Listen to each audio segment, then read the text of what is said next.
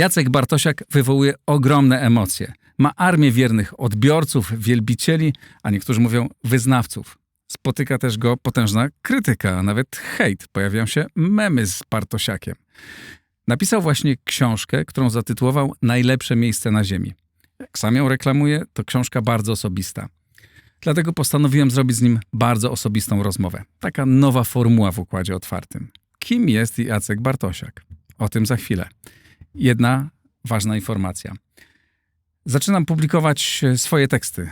Wracam do pisania, będę publikował analizy, swoje przemyślenia, czasem reportaże, ale nie w mediach tradycyjnych. Może się to czasem zdarzy, ale przede wszystkim w moim newsletterze.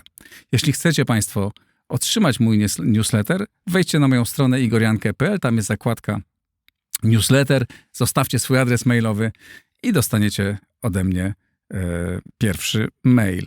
Link do tej strony pod nagraniem. Serdecznie zapraszam, a teraz już zaczynamy rozmowę. Jak zawsze dziękuję patronom, mecenasom. Zapraszam wszystkich do wspierania. Oto mecenasi Układu Otwartego. Inteo pozyskuje środki z funduszy europejskich na projekty innowacyjne i badawczo-rozwojowe. Firma DevTalents, budująca zespoły programistyczne dla klientów z branży finansowej i cyberbezpieczeństwa. OnGeo.pl, geoportal dostarczający raport o terenie z diagnozą dowolnej działki dla właścicieli, sprzedających lub kupujących.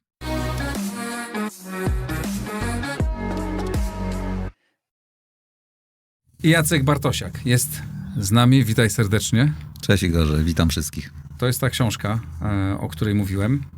Najlepsze miejsce na świecie. Polska, najlepsze miejsce na świecie. Dodawaj, że to gdzieś tłumaczyłeś, że to ironicznie. Jak się czujesz dzisiaj w Polsce? Właściwie ja się czuję chyba dobrze, natomiast wiadomo, jakieś mam niespełnione ambicje, żeby można było jeszcze lepiej się czuć. Żeby być premierem? Nie, żebym ja był. Nie, i na pewno nie chciałbym mieć premierem. Dramatyczny lifestyle chyba się ma wtedy. Ale ministrem obrony? Moim zdaniem to beznadziejna fucha jest. Zwłaszcza w takim kraju jak Polska i o tym właśnie piszę w książce.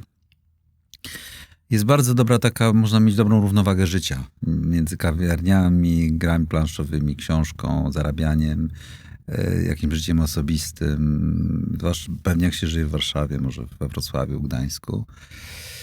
Między wiosną, latem, jesienią, zimą w Europie, prawda, która jest jakimś takim miejscem, gdzie można coś przeżywać. Bardziej niż w Stanach na przykład, albo w Azji, myślę.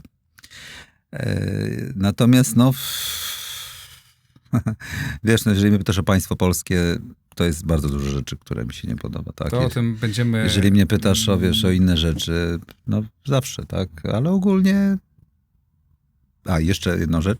Myślę, że nie wszyscy mogą się czuć tak jak ja, bo jakoś życie mnie poprowadziło tak, że może mam więcej szczęścia niż inni, albo udało mi się więcej niż innym. A myślę, że masa ludzi, miliony ludzi wyemigrowało z Polski i nie bez przyczyny, tak? No, to było w innych czasach. Nie? Teraz chyba jest znacznie lepiej. Ale ty masz sukces. Masę ludzi cię słucha, czyta, płaci ci abonamenty za to, co robicie. Niektórzy mówią, że masz wyznawców, że stworzyłeś taki swój kościół Bartosiaka. Ale też masz masę krytyków. W ostatnim czasie, jak patrzyłem, po prostu miałeś takie fale. Powiem, że hejtu i poważnej krytyki i hejtu. Skąd to się bierze? Kiedyś tak nie miałeś. Nie wiem, może denerwuję po prostu, albo wzbudzam emocje. Skąd te emocje? Masz na to pomysł taki marketingowy, że tak się sprzedajesz? Nie, ja zawsze wzbudzam emocje. Z moimi dziewczynami ja po prostu nigdy nie byłem letni. To znaczy mam taką osobowość, że i to dobrze uważam. Bo tak jest. Lepiej być tak niż niezauważalnym. Zawsze tak miałem. Ja nie wiem, tak po prostu jest. Ale lubisz budować taką też tajemniczą aurę wokół siebie i potem ja słyszałem, uważaj na niego, bo to nie wiadomo, kto za nim stoi. Może chiński wywiad, może amerykański. Nie, od razu ci wyjaśnię. Właściwie nie buduję żadnej, jestem też dosyć bezpośredni. Nie buduję takiej aury. Ale dobra, chiński wywiad czy amerykański? Podpowiadają ci ludzie tacy, którzy grają w grę statusową. I ja po prostu się nie daję podporządkować nikomu, a w Polsce ludzie ciągle szukają podporządkowania, Albo szukają patrona, albo szukają klientelizmu. Naprawdę większość ludzi, zwłaszcza w systemie wokół redystrybucji pieniądza publicznego, tak funkcjonuje, jest nauczona tego w domu. Ja tak nie robię i to wywołuje moim zdaniem część takich opinii, gdy nie potrafią mnie bądź zaszufladkować, bądź zrozumieć motywację postępowania, bądź nie rozumieją, dlaczego ja tak nie funkcjonuję, że albo szukam klientelizmu, albo szukam patrona. I to dotyczy świata akademickiego. Nie muszę, to nie jest tajemnica, twoi słuchacze o tym wiedzą. To dotyczy polityki, to dotyczy wszędzie, gdzie są pieniądze publiczne i są stosunki wierzy. I Bartosiak ma po prostu na to wywalone. I proszę wyobraź sobie, jak to musi drażnić tych, którzy muszą tak funkcjonować i mi zazdroszczą. Albo po prostu nie zaznali innego życia i nie rozumieją, jak ja funkcjonuję. No to wyjaśniam, że można. Jestem przykładem, że można tak funkcjonować. Myślę, że po części to tłumaczy krytykę. No oczywiście jest spora część, która po prostu mnie nie lubi, bo noszę, nie wiem, sztruksy u ciebie, albo mam sweterek denerwujący, albo po prostu złe oczy. Część... A oglądasz te memy o sobie? A memy to akurat były zorganizowaną akcją. Tak? Tak. Ale kto to zorganizował? Były zorganizowaną akcją wynikającą z tego, że zmonopolizowaliśmy debatę o modernizacji Wojska Polskiego w sposób profesjonalny. Jeszcze oparliśmy się o Amerykanów i musiała być przedsięwzięta akcja, która w jakiś sposób wyrówna, opisuję to w książce mojej, najnowszej, opisuję ten mechanizm, dlatego że nikt inny nie zaproponował takiej reformy Wojska Polskiego. W nowej sytuacji nadchodzącej wojny, co się później wydarzyło i trzeba było obniżyć. W tej grze o sprawczość wieży właśnie wokół redystrybucji pieniądza publicznego trzeba było coś z tym zrobić. I to zostało zrobione, tak. Ale naprawdę uważasz, że za tym stoją jakaś... To nie... Przecież jak czytasz, jest wielu ludzi, takich użytkowników, którzy po prostu... Na początku tak było. A potem to się już potoczyło. No zresztą fajne są. Niektóre te memy są fajne. Ale bardziej się to tak stresowało? Nie, właściwie te memy mi pomogły, dlatego że ogólnie memy nie są złe i te też były w większości w ogóle bardzo inteligentne i bardzo fajne.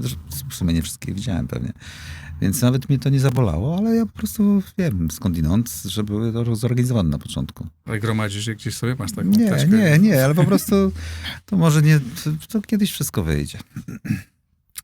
Ale z czegoś to się też bierze, tak? Znaczy, wielu ludzi mówi, Bartosiak mnie irytuje, bo używa takiego hermetycznego języka, który brzmi tak tajemniczo, tak? Wieża, plac, spirala to wystarczy Rimland, Heartland. To akurat, to wystarczy być oczytanym w strategii.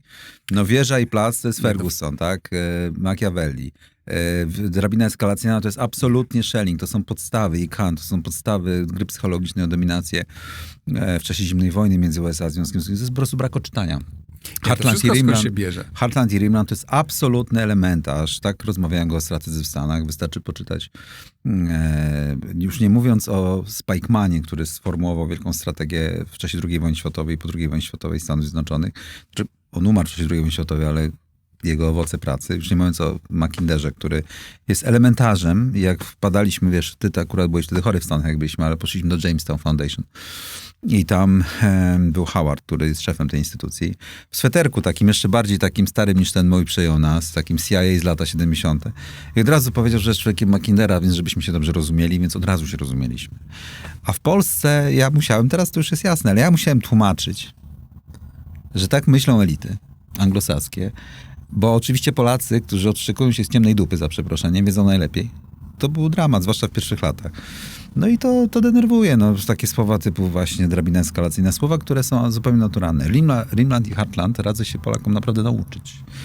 Bo jak się wchodzi na spotkanie z językiem, który jest zrozumiały dla wszystkich. Ale jak się wchodzi z Amerykanami na spotkanie, to trzeba mieć pewien abecadło, tak?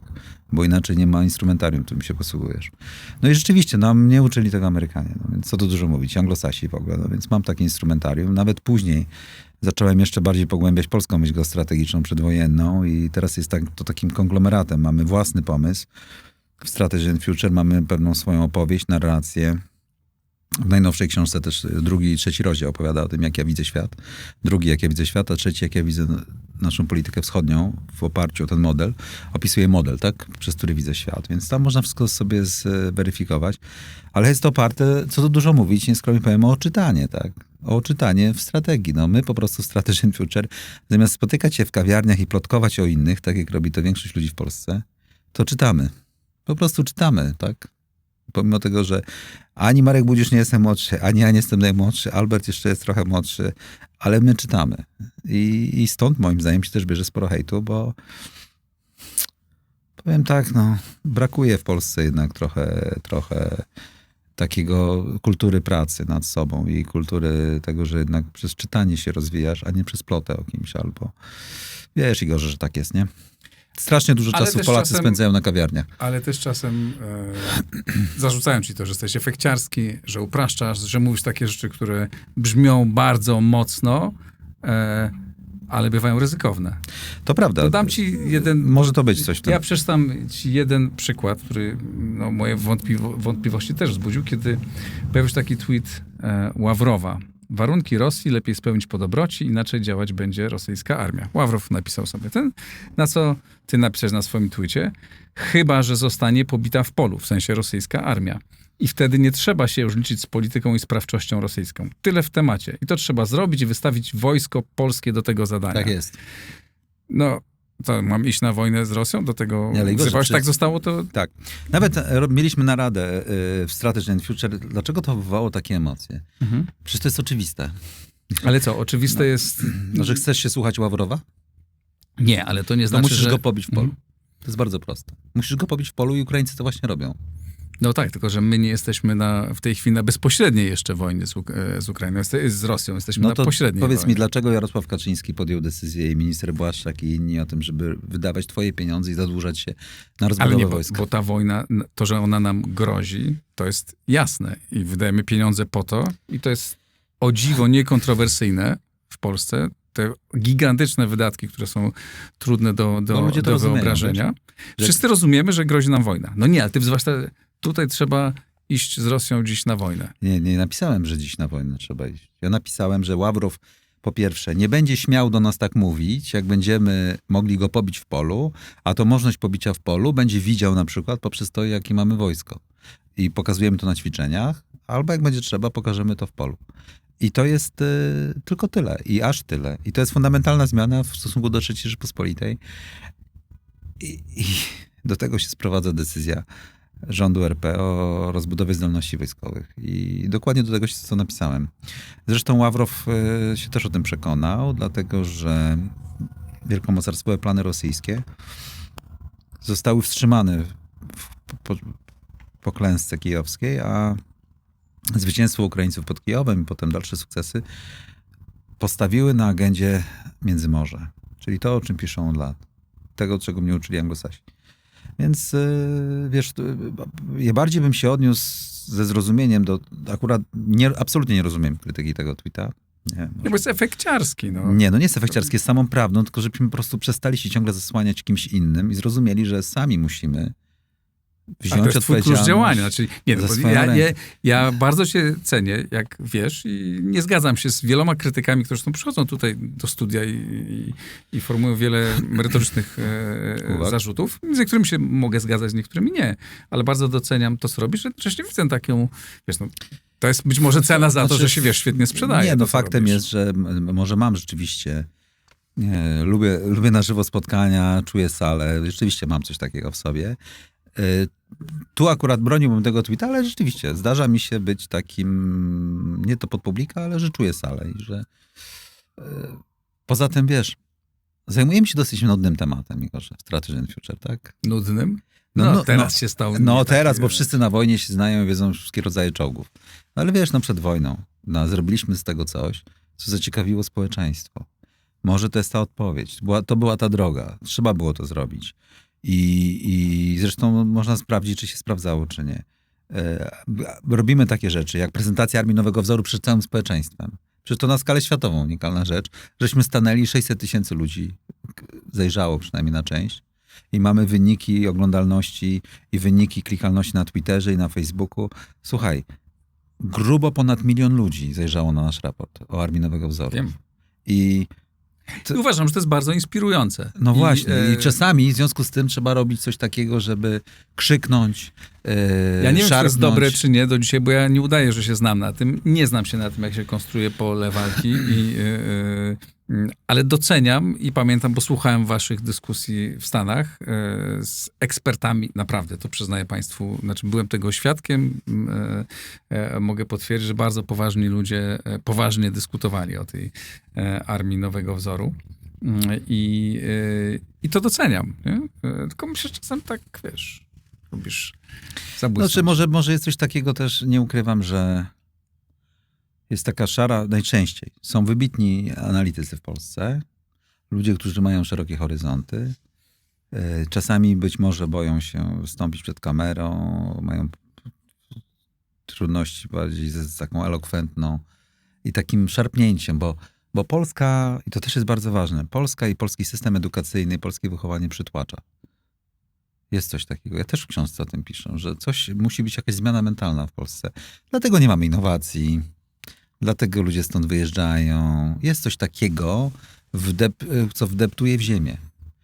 I nawet ci bardzo zdolni ludzie, którzy mają ogromną wiedzę szczegółową i analizę, boją się syntezy. I tu był też taki zarzut o nasze efekciarstwo. Ono się sprowadzało też do tego, że my syntetyzujemy i upraszczamy czasami. No tak, dlatego że synteza jest trudniejsza i gorzej. Jest bardzo łatwo zrobić egzegezę i rozdzielić to na czynniki pierwsze w analityce, natomiast syntezę jednostronicową czy dwustronicową dla decydenta politycznego i jakieś takie pokazać zjawisko, które jest ponad to wydarzenie tu i teraz, jest dużo trudniej. I tego w polskich szkołach moim zdaniem nie uczą. I jest z tym głęboki problem. Szczerze mówiąc, to był jeden z powodów, dla których założyliśmy Strategy and Future. Nie będziemy bali się syntezy. Aha, tak. I to robimy. I tego się trzymamy. I rzeczywiście wtedy trzeba czasami bardziej hasłowo. Moja jedna z patronek, No. bo patroni mogą zadawać pytania moim gościom, więc pani Maja Klimowicz prosiła, żebym cię właśnie zapytał o to, jakie konkretne cele stawia sobie na przyszłość Strategy and Future, właściwie o co wam chodzi, jakby do czego zostało powołane. Do kształtowania kultury strategicznej państwa polskiego i to robimy. I opisu nadchodzących zdarzeń, to mówiłem przed wojną, nadchodzącego tumultu w Eurazji, wprost w materiale otwierającym Strategy and Future w 2019 roku to napisałem. Według modelu, który prezentujemy, to w drugim tekście było o przepływach strategicznych, że jesteśmy ludźmi stąd, z Międzymorza, związani z polską kulturą strategiczną i będziemy zajmować się kształtowaniem tej kultury i robimy to konsekwentnie. Od samego początku, również w obliczu nadchodzącej wojny, później w trakcie wojny i to nie koniec. I będziemy to robili, aż wyłoni się nowy ład światowy, gdzie mam nadzieję Polska zajmie. I zrobiłem to zdając sobie sprawę i czując, i to można sprawdzić oglądając mnie, że nadchodzi ten przełom. Konsekwentnie, nie miałem żadnych wątpliwości. I jesteśmy teraz w środku tej sytuacji, a właściwie na początku rozgrywki. Jeszcze o tym pogadamy. I to jest cel, nic więcej. Okay. Strategy and Future nie jest partią polityczną, bo wiem, że ludzie pytają i to też stąd się biorą na Na przykład. co nie chcesz pełnić żadnych funkcji? Żadnych nie chcę pełnić funkcji. No, ale pełniłeś przez moment funkcję w CPK-u. O co mnie poprosił drugi patron, znajdę to pytanie, który mnie prosił, żebym cię zapytał, czy będzie można mu opowiedzieć o powodach rezygnacji z prezesury CPK? No to... Centralnego Portu Komunikacyjnego. Jeśli chcesz, oczywiście, jeśli nie możesz, to nie możesz.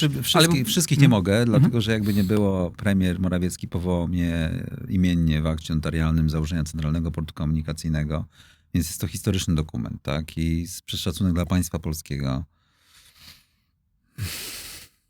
W końcu miała być to największa inwestycja w historii regionu w ogóle. Nie wiem tam, co się teraz dzieje i nie chcę jej zaszkodzić. Mogę ogromnie powiedzieć, że nie stworzono warunków obiecanych mi.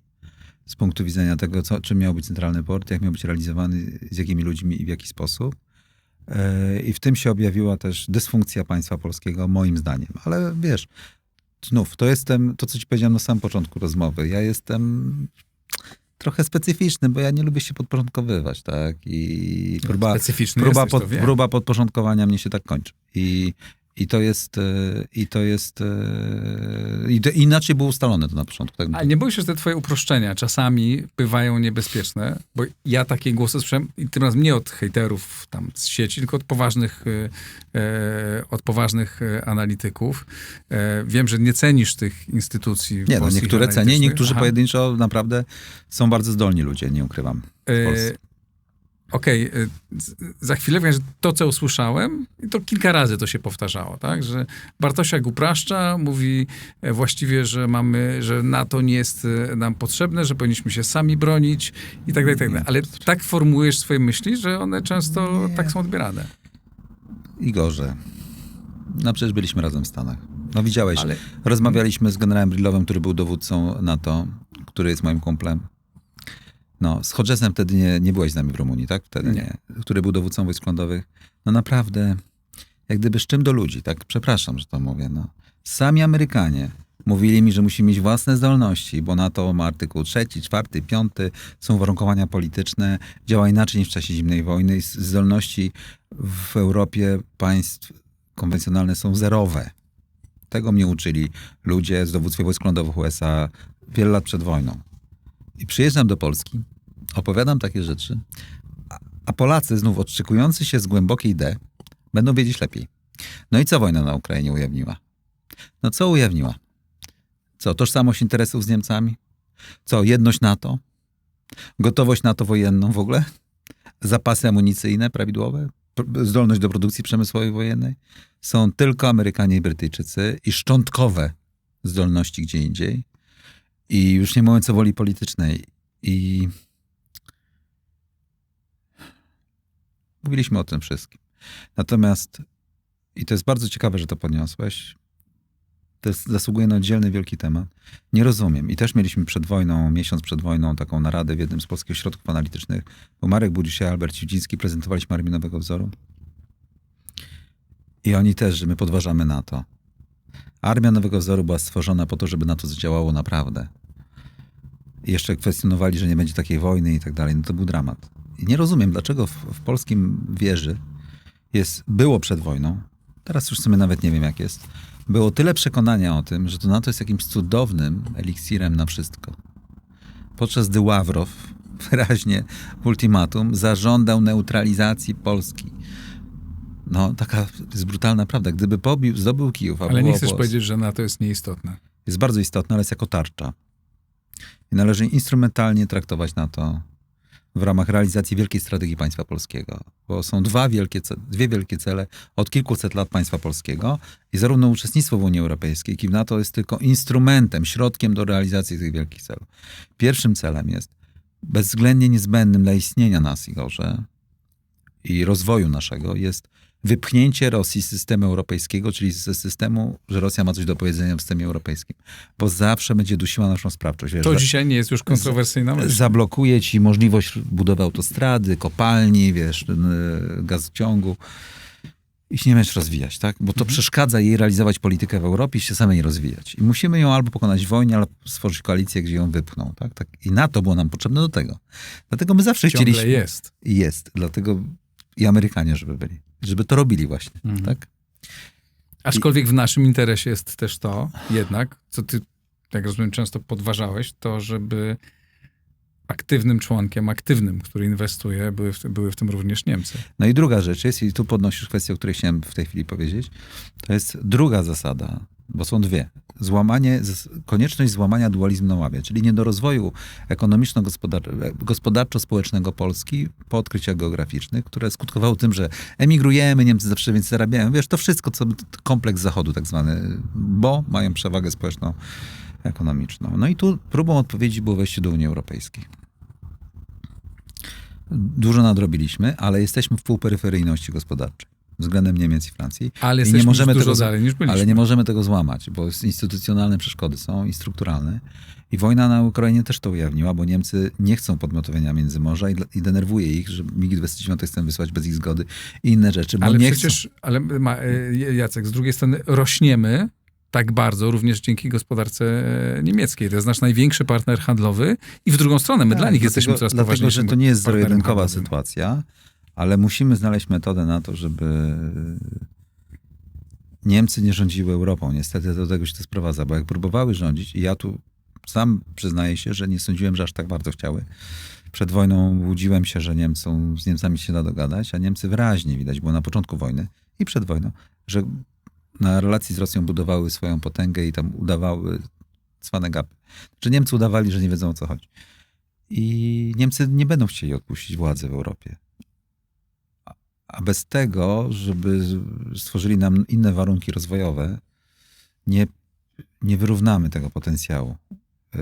Nie stworzymy nowych branż, nowych marż i będą dalej ludzie wyjeżdżać. Będziemy za niską marżę pracować i gorzej. I to jest druga rzecz. Ale jest tak, że te One marże, są powiązane z sobą. ale te marże się podwyższają, nasze firmy się rozwijają i właściwie to każdego roku się dzieje. Tak? Pomimo kolejnych kryzysów, pomimo rządów takich czy innych, cały czas się rozwijamy i owszem, jeszcze do Niemiec nam brakuje, ale idziemy w tym zgoda. kierunku. I również dla nich jesteśmy poważnym partnerem. W Strategy and Future jest dyskusja między połową ludzi, którzy uważają, że nadgonimy, i połową, która nie nadgoni. Jest ten sławny dyskurs między tymi, którzy uważają, że damy radę i nie damy. I w Strategy and Future też jest mniej więcej dyskusja na ten temat, nie ukrywam. Natomiast niezależnie od tego, ta wojna, którą Rosja wszczęła, jest o to. I w ogóle transformacja i ten spór chińsko-amerykański, który może doprowadzić do wojny światowej gorącej, jest też o to. I Polska musi przenawigować przez ten czas, a wyjść na końcu tego czasu wzmocniona. Ale w naszym interesie jest, żeby Niemcy przechodziły i przechodzą na tę stronę. Bo to się stało. Na razie nie stało się. Na poziomie werbalnym. Nie stało się. Ale od energii rosyjskiej się powoli, dosyć szybko akurat, tu się szybciej odcinają niż dostarczeniem sprzętu ale od Chin nie chcą. Na zachód. I gra kontynentalna jest cały czas prowadzona przez Niemcy i Francję. To nie koniec. Właściwie siły kontynentalne są silniejsze. Więc to nie koniec rozgryweczki, jakbym to ujął. I chcieliśmy w Strategy and Future o tym opowiadać. Natomiast nawiązując, wiesz, do tego, co mówiłeś, także absolutnie NATO jako tarcza, ale żebyśmy mieli politykę wschodnią, nową, która jest niezbędna po to, żeby stworzyć koalicję powstrzymującą Rosję, będziemy musieli wykuć miecz. I do tego potrzebne są siły zbrojne w strategii aktywnej obrony. Prawdopodobne, o tym Marek Budzisz u ciebie też wielokrotnie mówił, bo słyszałem. Marek Budzisz jest jeszcze bardziej do tego przekonany. Rozważenie sojuszu wojskowego z Ukrainą. I to Amerykanie nam zaakceptują, moim zdaniem. Zwłaszcza jeżeli będzie jakiś rozejm albo pokój, to Amerykanie sami będą chcieli, żebyśmy coś takiego stworzyli i uzbroili się. I nie będzie ucieczki od tej sytuacji, moim zdaniem. Oczywiście opinia publiczna w Polsce nie chce tego zaakceptować. Sojuszu z Ukrainą? Takiej dyskusji, wiesz, bo sojusz oznacza zobowiązania. To jak Amerykanie nam dostarczają zobowiązania, to jest fajnie, ale jak my byśmy musieli komuś, to już jest trochę inna sytuacja. Nie dojrzeliśmy jeszcze do tego, nawet takiej debaty na ten temat, dlatego że ostatnie 30 lat to była jakaś śpiączka geopolityczna. Nie tworzyliśmy w ogóle własnej polityki zagranicznej de facto. Nie tworzyliśmy w otoczeniu warunków do bezpiecznego funkcjonowania, tylko za nas to tworzono. Amerykanie to zrobili. I wiesz, no i właśnie w Strategy and Future chcieliśmy się tym zajmować, więc realnie ocenialiśmy NATO, na czym ono polega. I to nie tylko dlatego, że my tak myśleliśmy, tylko wiesz, Igorze, no, byłeś z nami w Stanach, no. Przecież ja widziałem to na kontaktach z tymi ludźmi, którzy tworzą to cholerne NATO. No po prostu, tak. Że ja przyjeżdżałem od ludzi, którzy są NATO, oni są esencją NATO i musiałem Polakom mówić i ci Polacy z polskich instytucji, którzy tam widzieli przez szkło to NATO, to uczyli mnie, że jest inaczej. Mówili, że jest inaczej. Ale kogo masz na myśli? Bo nie rozumiem, co teraz była mówisz. cała, teraz to już nawet nie, teraz tego nie ma, ale przez lata była taka dyskusja, jak to podważam zdolności wojskowe na sojuszu, albo że sojusz nas broni sam z siebie. Tak? Amerykanie. I to też na określonych warunkach. I cały czas gra się toczy. Nigdy nie ma końca tej gry. Teraz tak samo gra z Amerykanami. Musimy rozegrać je z Amerykanami. I to jest przekazem Strategy and Future. No już tam moje przymioty osobiste, czy jestem efekciarski, czy nie, no to już tam rozumiem, że mogę denerwować kogoś w ten czy w inny sposób. Natomiast faktem jest, i to jest jeszcze jedno, co chcę powiedzieć, że stworzyliśmy konkurencję dla tych ośrodków centralnych, otrzymanych z budżetu państwa, gdzie jest bardzo wielu dobrych analityków. A nie cenię, bo moim zdaniem to są znakomite instytucje. Oczywiście, ja je cenię. Natomiast Ośrodek Studiów Wschodnich PISM, tak, ale mają armię bardzo dobrych ekspertów. Tak, ale mają swoje ograniczenia, polegające na tym, że są utrzymane z pieniędzy publicznych i nie mogą wszystkiego powiedzieć. Publicznie. też... Ale zakładam, że zdaje się, co wiem, znaczy decydentom mówią, bo Ale nie mówią. na ile ich oni słuchają, to jest inna właśnie, sprawa. bo decydenci, jeżeli sami płacą za coś, to często nie słuchają, wiesz? Niestety to tak działa i to politycy są źródłem problemu. Politycy są najsłabszym ogniwem państwa Ale polskiego. akurat, chcesz powiedzieć, że jak patrzę na tą marność instytucjonalną polskiego państwa, to się absolutnie z tobą zgadzam, to nie wiem, jakim cudem na tej ziemi przetrwały Ośrodek Studiów Wschodnich i pism, które są pomimo zmian politycznych, ciągle tam pracują bardzo dobrzy analitycy, wykonują naprawdę niezłą robotę. Ja szanuję tak samo ich, jak szanuję was, bo sam wiem, jak to jest, bo sam tak w ten sposób też tworzę instytucje. Jest trudne, jak jesteś niezależny. Ale jest i rola dla takich instytucji, rola dla jest bardzo wielu, mącicieli prywatnych. Jest bardzo wielu zdolnych analityków, tylko jedną rzecz chcę powiedzieć. Często polscy analitycy z instytucji publicznych mylą swoją rolę analityków z rolą quasi-polityków. To znaczy, że oni by chcieli wmawiać, czyli implementować pewną politykę, ustawiając kogoś pod to, czego na przykład Strategy and Future nie robi. A my opisujemy rzeczywistość i mówimy, jakie są postulaty, natomiast nie przejmujemy się. Tak jakby próbowali zastąpić państwo polskie, bo jest niewydolne, w związku z tym oni biednie patrzą, ja ich nawet rozumiem. Patrzą, jak jest niewydolny i oni w tej dyplomacji publicznej, jak to się mówi, to próbują zastępować te nieudolne organy państwa polskiego i całe instytucje, które zatrudniają mnóstwo ludzi, ale które są niewydolne i nawet im trochę współczują. Poza tym muszą meandrować w polityce, w systemie wieży, bo trzeba dostać te pieniądze publiczne. My nie musimy. W związku z tym nie musimy odbywać mnóstwa spotkań z durnych. I jesteśmy poza. I wiesz, Igorze, ma to swoje plusy, polegające na tym, że w ostatnich latach mnóstwo ludzi z wieży się spotykało z nami. Mnóstwo. Z wieży wytłumacz, bo tu nie z systemu wszyscy publicznego, od najwyższych czynników w państwie, dowódców wojskowych. I to nie jest tajemnicą, wszyscy o tym państwo wiecie. Dlatego, że byliśmy niezależni, byli ciekawi, co my myślimy. Poza tym, jak nie byliśmy w środku wieży, to tak, nie boją się, że my chcemy ich zastąpić, wziąć stanowiska, rozegrać grę między ministrem a nimi. Nie żądamy pieniędzy publicznych, nie jesteśmy konkurencją. Byli naprawdę ciekawi, co myślimy. I mało tego, czuli się spokojni, że mogą z nami szczerze porozmawiać. Bo nie gramy w tą naznaczoną na czole grę o sprawczość wieży, bo jesteśmy elementem systemu publicznego. Rozumiesz? No więc o sprawczość wieży, czyli o wpływy w obozie władzy. Tak, tak zwanej obozie władzy i oczywiście o przestawianie ust do najlepszego miejsca w strumieniu redystrybucji pieniądza publicznego. W związku z tym, po pierwsze, to denerwuje tych, którzy muszą to robić. No bo oni mają poczucie, że oni żyją w ograniczeniu. A z drugiej strony mają takie poczucie, że to my jesteśmy państwem, mamy sprawczość, a tu sobie tam hasają na tych konikach ci kolesie ze Strategy and Future, kim oni w ogóle są. Jadą z jakimiś Amerykanami rozmawiają, jadą do jakiegoś Pentagonu w ogóle, w imieniu czyim oni ale jadą. oni też jeżdżą i też rozmawiają. Ale zaczęli jeździć później niż my, tak swoją drogą.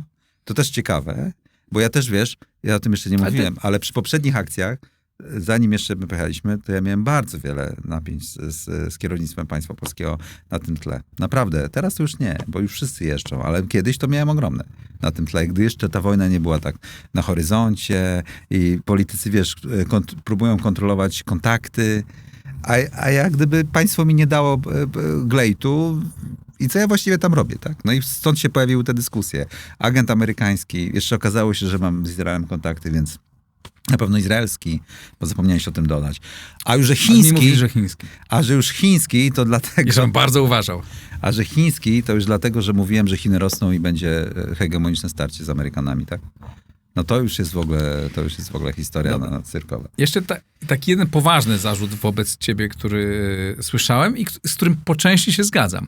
Bo słyszałem tak, z jednej strony takie opinie, że Jacek Bartosiak zrobił dużo na rzecz spopularyzowania, w ogóle wprowadzenia do Polski myślenia geopolitycznego i że to jest twoja zasługa. I to mówił w prywatnej rozmowie, ale poważna osoba. Ale z drugiej strony pojawiały się takie głosy, że uprawiasz coś, co Michał Lubina ma nazwał geopolityzmem. Tak? Czyli jakby przeczytam dokładnie, co on napisał. Profesor Lubina, postrzeganie wszystkich sfer życia postrzeganie wszystkich sfer życia politycznego przez nadrzędny pryzmat geopolityki. I ja myślę, że coś w tym jest. Znaczy, bo ja też dzięki wam jakby zacząłem myśleć o geopolityce i myśleć o jej znaczeniu. I niewątpliwie ono jest. Ale często rozmawiając z wami mam wrażenie, że Jakby nadajecie zbyt wielką, że ona wszystko determinuje. No nie determinuje wszystkiego, ma wpływ, ale oprócz tego jest dziesiątki innych czynników, które wpływają na bieg dziejów. Myślę, że Michał Lubina, bo się znam osobiście, tylko po prostu się poobrażał na mnie w pewnym momencie. Właśnie z powodu tego, że niepotrzebnie grał w wieżę i został grany. No i takie ma, tak później, to się tak kończy najczęściej konfrontacja. Ale kiedyś spędzaliśmy dużo czasu z sobą, więc niepotrzebnie po prostu to robił. Jest niezrozumieniem, wiesz, bo oczywiście jest dążność do syntezy, bo synteza jest naprawdę trudniejsza.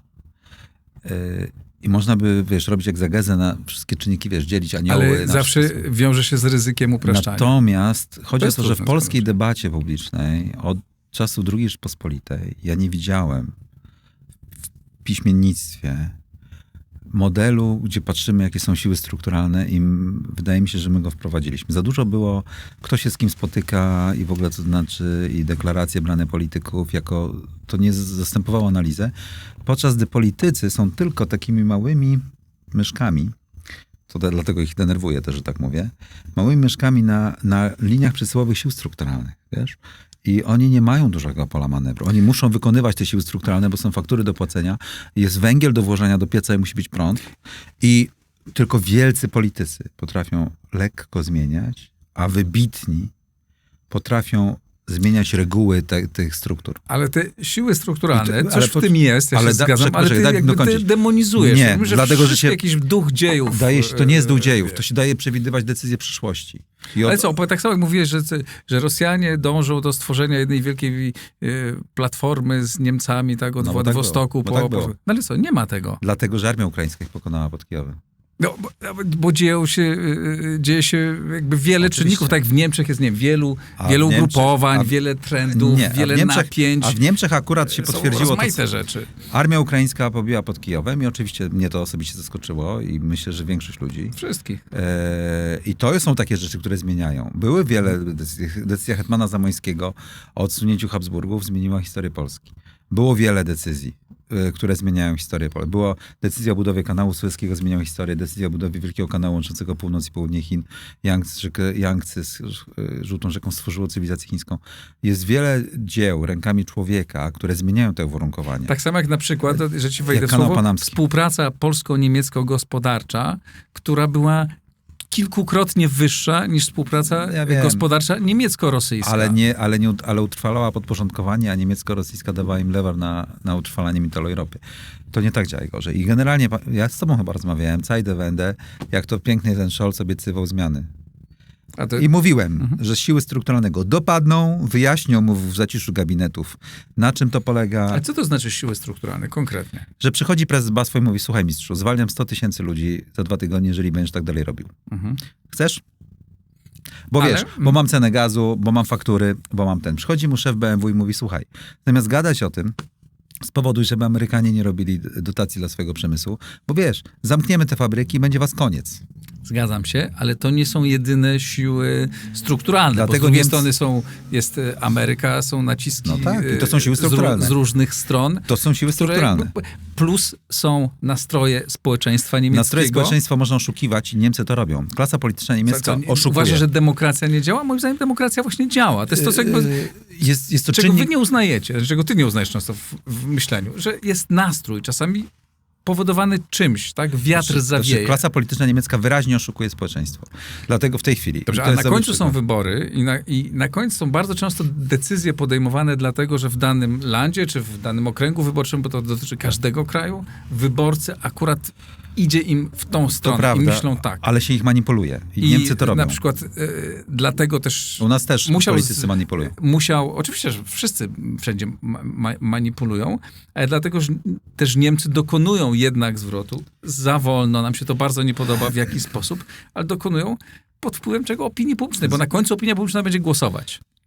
I SPD straci władzę albo nie straci władzę. ale nie jest niestety tak, że my wpłyniemy na opinię publiczną jako Polska i Niemcy zmienią kierunek geostrategiczny. No niestety tak nie jest.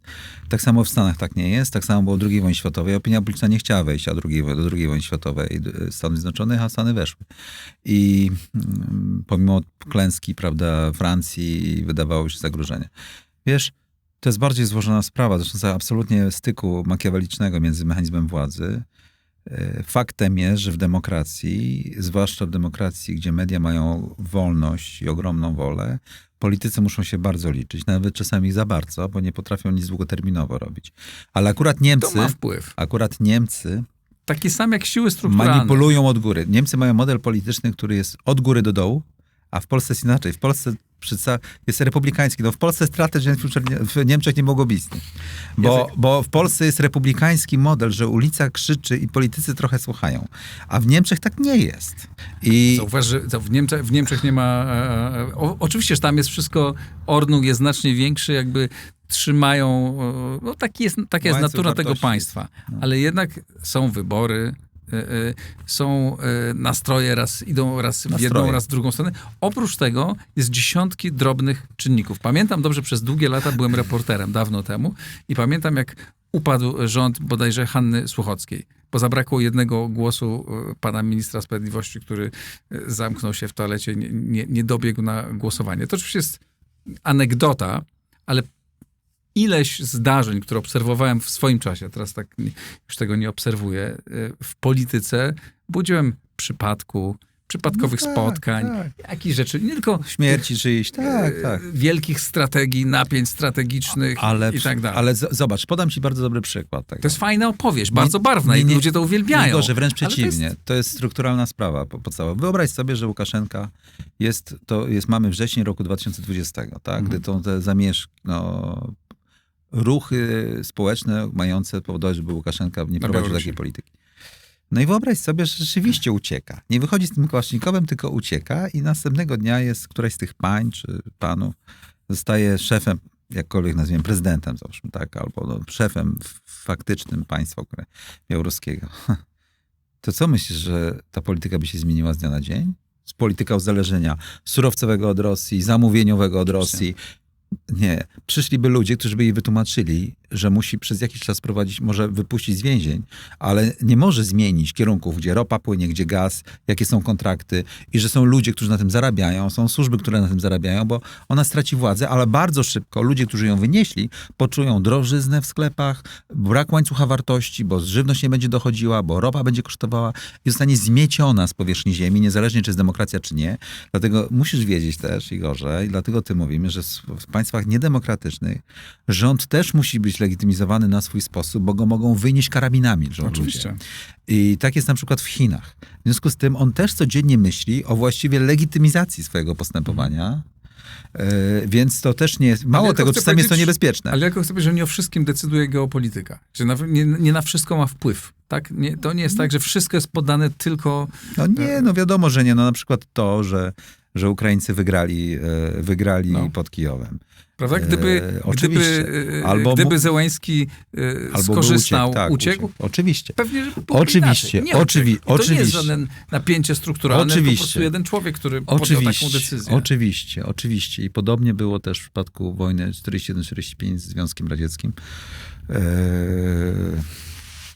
Sowieci zmienili strukturę geopolityki europejskiej, wygrywając tę wojnę. I oczywiście tak samo uważam, że król Stanisław August Poniatowski popełnił wielki błąd, co spowodowało upadek państwa, dlatego że... A jeszcze bardziej jego bratanek, tak? Albo nawet Kościuszko.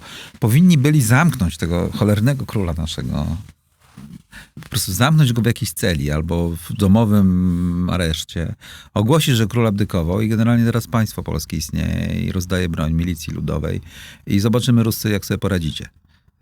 bo oni tam by spuchli, tak? Bo wcale im tam dobrze nie szło i jedziemy na pełnym koksie jak w rewolucji francuskiej i byśmy się, myślę, że jakoś uratowali jakąś państwowość, a potem byśmy dotrwali do czasów napoleońskich i byłaby zupełnie inna sytuacja, bo państwo polskie by było w epoce industrialnej własnym państwem, kolej by budowało na własnych zasadach, drogi na własnych zasadach, później by przemysł żelazny powstał, później banki, później mielibyśmy nowego wielopolskiego tylko w oparciu o decyzje i mielibyśmy nowoczesność, tak? Istnienie państwa polskiego.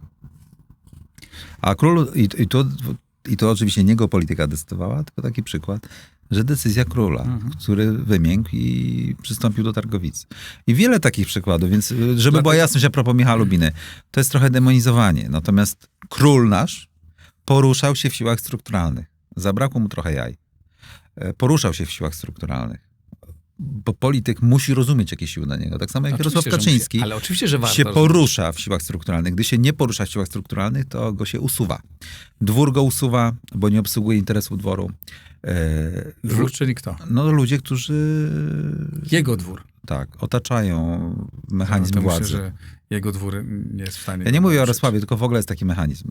Bo jak Opisujesz go tu w książce, jak się próbujecie. Jak widzisz, że nieracjonalny jest władca, nieracjonalnie narusza interesy dworu też, to się tak usuwa. Czy mechanizmów... I to jest prawdziwa władza i ona się niewiele zmieniła od początku ludzkości z punktu widzenia takiej mechaniki. I myślę, że Jarosław Kaczyński doskonale to rozumie. Doskonale rozumie, ale doba ma 24. Tusk tak samo. Tacy właśnie ludzie, że na szczycie swoich tych wież doskonale to rozumieją i cała ich polityka polega na wywyższaniu jednych, windowaniu drugich i zarządzaniu ludźmi. I brakuje im czasu, bo nie ma instytucji trwałych w Polsce, długich, o długim trwaniu i brakuje im czasu na refleksję natury właśnie geostrategicznej. Jeszcze chciałem, żebyśmy o Polsce pogadali osobno, znaczy zrobimy sobie osobny tutaj wątek w tej rozmowie. Chciałem tylko teraz w tej pierwszej części pogadać o tych zarzutach, czy rzeczach, które mnie Oczywiście.